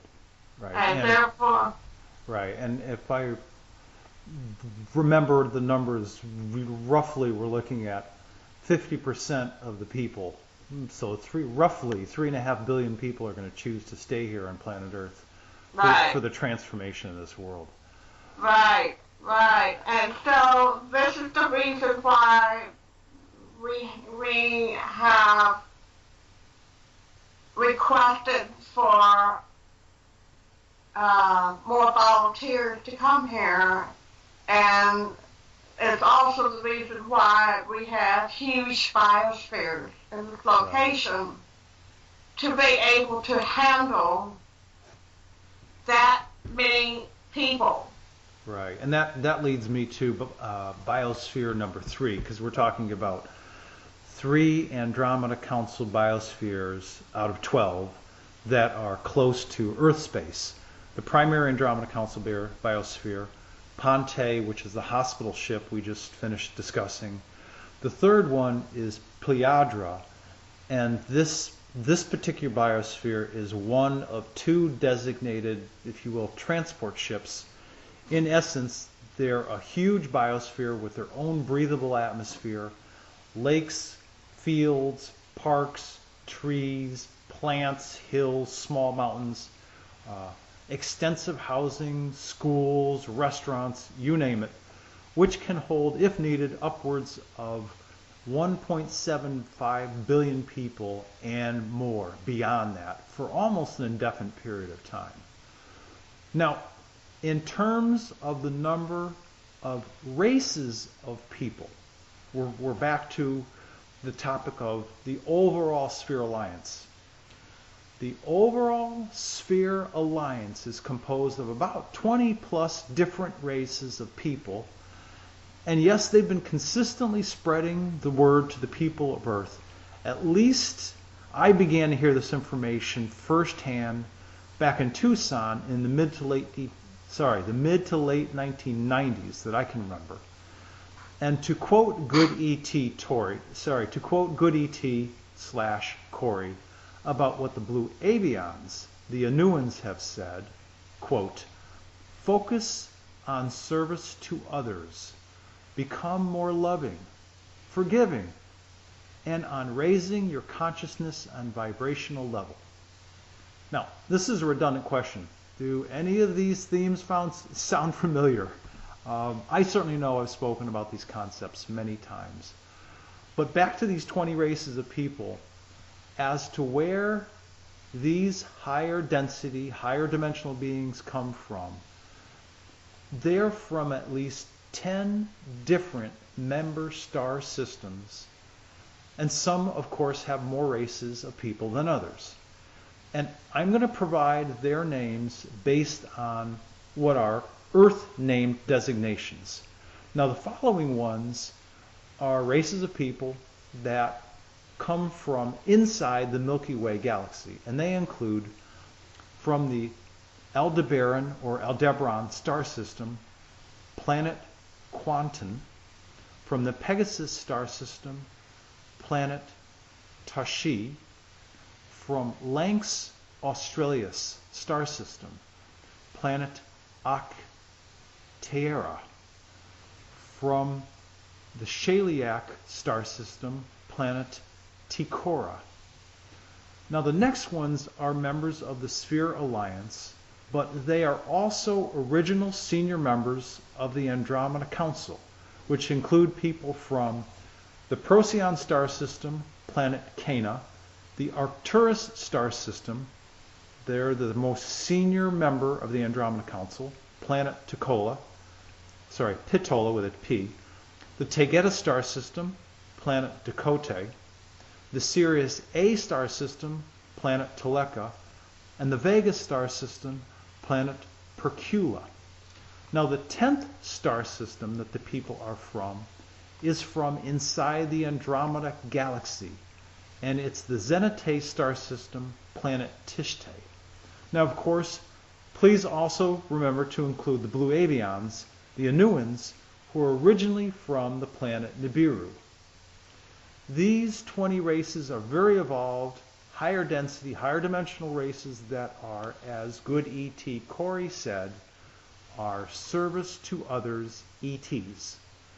And they are independent, non-aligned, except they collaborate within this Sphere Alliance. And that's except for the 5 star systems in the Milky Way and the one in the Andromeda Galaxy, which are already members of the Andromeda Council. Now, it's no surprise to me that good E.T. Corey used words when he attended some of these Sphere Alliance meetings. Words like, "It's like a League of Nations," unquote. Good E.T. Corey said, when listing the 5 secret space programs in his April 4th exchange with Michael Salla, regarding number 4, it's a NATO-type secret space program. To quote him, he says, "Recently, in Alliance conferences, they were referred to as the League of Nations program. Apparently, this was the one where I arrived and all of the people were relaxed in another solar system and were from many different countries from Earth. There were literally more flags on their shoulders than I could identify." And he has in parentheses countries like Estonia, etc. This group was based almost entirely outside of the Sol system.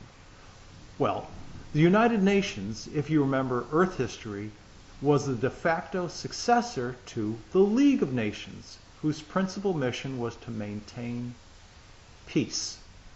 Now, I used very similar technology back in May 2011 when I first developed the Andromeda Council website, of course, based on all the information my Andromeda Council contacts gave me. And on the Andromeda Council website About page, titled Who and What the Andromeda Council. In short, I will describe what it says. The Andromeda Council is an intergalactic, interstellar, and interdimensional governance and development body of aligned, benevolent star systems and planets of sentient, intelligent life for worlds in both the Milky Way and Andromeda galaxies, comprising a total of 12 different distinct member worlds and races. As a high-level governance body, the Council is responsible for setting precedents, protocols, conditions of behavior regarding planetary exploration, first contact, new membership, and trade relations among its member planets. Think of it as a deep space United Nations. So does any of this sound familiar? Well, the Sphere Alliance, with its combined Andromeda Council member races, have been recently ratcheting up the number of meetings, bringing in private people, private citizens, not governmental officials, as a way to prepare the people of Earth for some kind of disclosure, not likely official, and for the coming higher density and dimensional changes to this planet and all of the changes that will result from this. Now, Adana, toward the very end of the more recent 2nd April 12th and 13th exchange with Michael Salla, good E.T. Corey also says, and this is a long one, so I'm going to read it verbatim. The secret Earth governments and their syndicates are also in the process of being betrayed by their custodian gods, or off-world allies. Both sets of words are in quotes. Custodian gods or off-world allies, who are trying to make deals to sacrifice them for the freedom of these off-world groups. These opposition secret space programs and the various secret Earth government syndicates are also turning on each other at this time. They are barely holding things together at all. The Secret Space Program Alliance has its own problems with cohesion as well. It is quite a mess with all groups both above and below. And of course, this is good E.T. Corey's reference to those things out in space as well as down here on Earth. Good E.T. Corey continues and says, these could be the breaking points that humanity needs right now. The Blue Avians state that things would get a lot tougher before they improve, not only because of the nature of full disclosure and the revelation of the crimes against humanity. So he's talking about the revelation of crimes against humanity being made known here on Earth, but also because humanity needs to have some karmic releases and experience some hard lessons that will stick in our genetic memories that will prevent us from repeating these historic cycles once we are free from manipulation and control by the custodian alien races / small gods and their human control systems, the secret Earth governments, their syndicates, and the Babylonian money magic slave system, unquote, that has almost always been in place. Now, this is Tolek speaking. I will remind you that this, what good E.T. Corey has said, this is a direct reference, at least I believe this is a direct reference, to the Anunnaki and Syrians and Draco reptilians. To quote the Wingmakers, what they call the Serpents, the Dracos, who originally genetically, along with the Syrians and the Anunnaki, created the earliest organic humans and animated these bodies by entrapping Atlantean souls, which Adana and I have just discussed this evening, during the beginning of this conversation, and which these earliest 1.0 humans, continuing through 2.0 humans, constitute approximately 75% of all human souls on this planet. At that time, during the earliest slowing organic formulative years of planet Earth, that the same Anunnaki, Syrians, and Draco reptilians, custodian alien races, have continually abused, manipulated, and essentially enslaved human beings in a debt-based servitude system for thousands of years. We could call this the powers that be. This is who good E.T. Corey is talking about. Custodian alien races, the Anunnaki, Syrians, people from Sirius B star system, the Draco reptilians along with their Orion buddies. Now, I know for some of you this is old information, but I'm citing it because it's another confirmation of what me, of what Adana, of what many other people have learned about Draco reptilians, what we've learned about Anunnaki from early history, or at least what we think we've learned. So I'll wrap up this whole discussion and say that I believe we found distinct areas of both congruity, alignment, and overlap In terms of the facts, concepts, and information about the Wingmakers who shared their knowledge of the creation of earliest humans, the entrapment of Atlantean souls in those earliest human bodies, the entrapment of their spirit essence, stuck in a repetitive cycle here on Earth, 70% of which comprise all human souls on planet Earth today. And they also, the Wingmakers, also acknowledge a universal creator that many races across the cosmos recognize as the existence of an energetic life force. They also acknowledge the human soul, which they call the sovereign integral.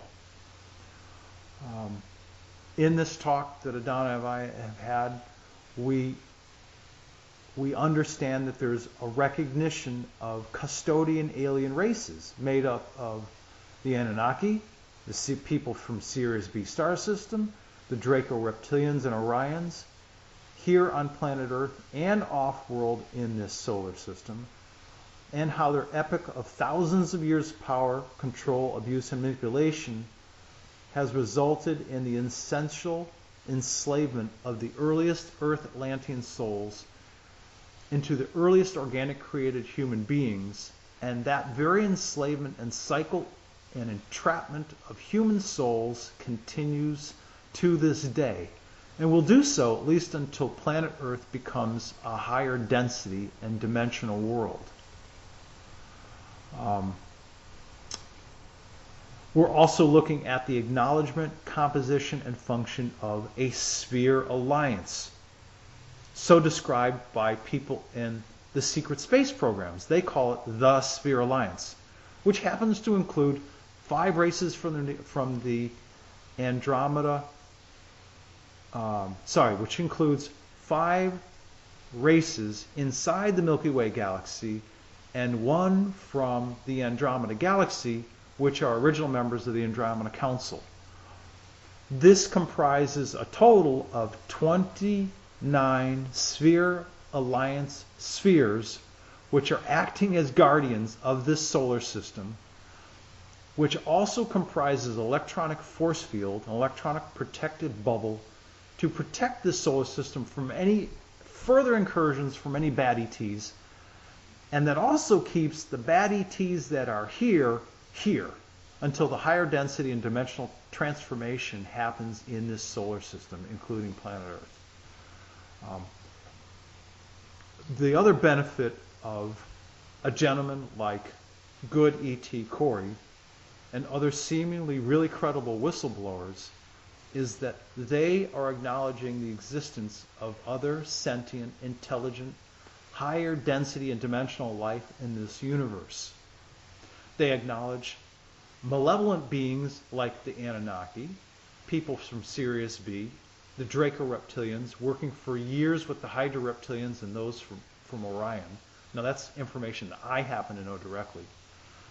And benevolent races, the good guys, working together, the people of the Sphere Alliance, inclusive of the Andromeda Council, who are cooperating at various levels with some of the oldest original Earth-based secret space programs. Specifically, the one he addresses is Solar Warden, which is doing its best to protect Earth, which all hopefully leads to a continued greater awakening and higher consciousness of the people of planet Earth as it moves toward its ultimate higher literal spiritual transformation, that of becoming a fine essence matter world sometime in our near future. That's the way I see it. That's my understanding. That's my summary. Adona, you've been kind enough to be part of this whole conversation and contributing all that you learned from our Andromeda Council people regarding the Wingmakers and their knowledge, and who the Anus are, the blue the blue people. Do you have any final thoughts that you'd like to share with people before we sign off tonight? Yes, I do. Thank you for asking me, because they want to give humanity a message of hope, that they are not alone. They are having the guys that are walking with them and monitoring them during their stay on this planet. They want to remind the people to always remain open in your heart and listen to that still small voice within your heart, to connect to the universe, connect to the source of all life.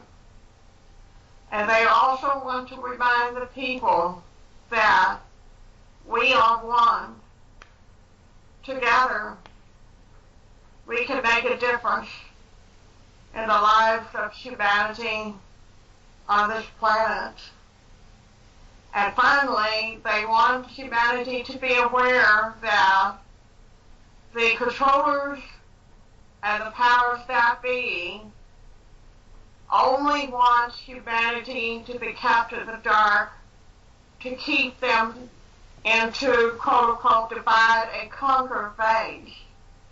If they would just turn inward and connect with the source of all life, they will receive the truth, and the truth will be made known unto all who receives it.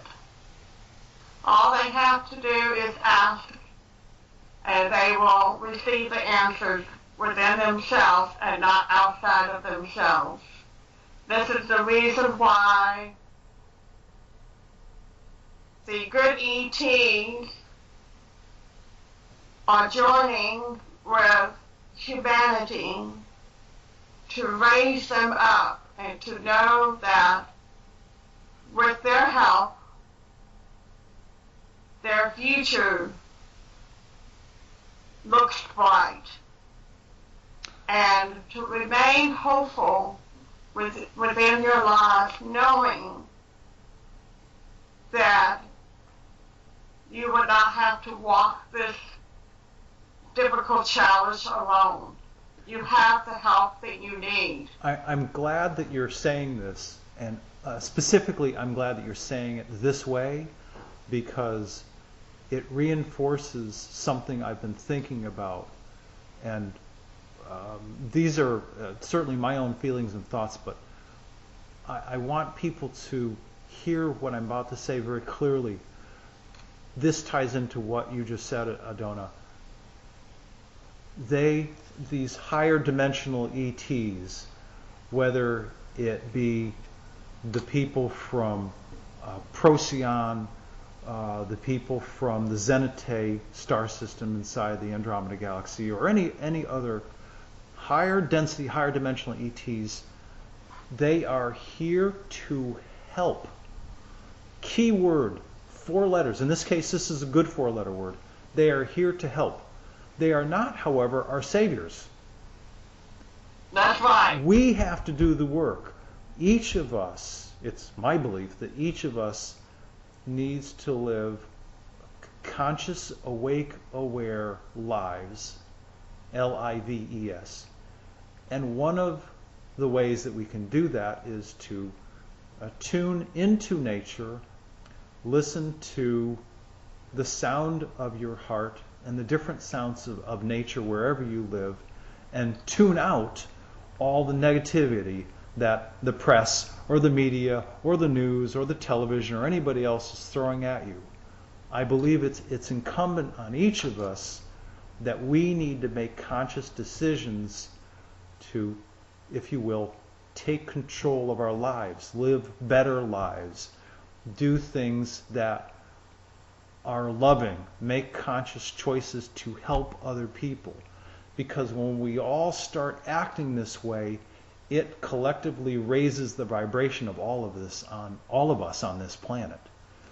And I believe that we're we're evolving, we're on the way there, but it needs to be a series of conscious decisions based on our hearts. And again, the point is, these good ETs, these higher dimensional, higher density ETs, they're here to help. They're not here to do the work for us. They're here to help protect us, but they're not here to do the work for us. And I just wanted to say that in closing. Tolik, very well said. Very well said, Tolik. And I want to say thank you for having me on this interview. It was fun for me. I find it to be interesting to share our thoughts and the thoughts of others, similarities of same information, even though I do not know these people, and yet we're coming up with the same answers, which is truly amazing for me to see. So again, thank you for having me.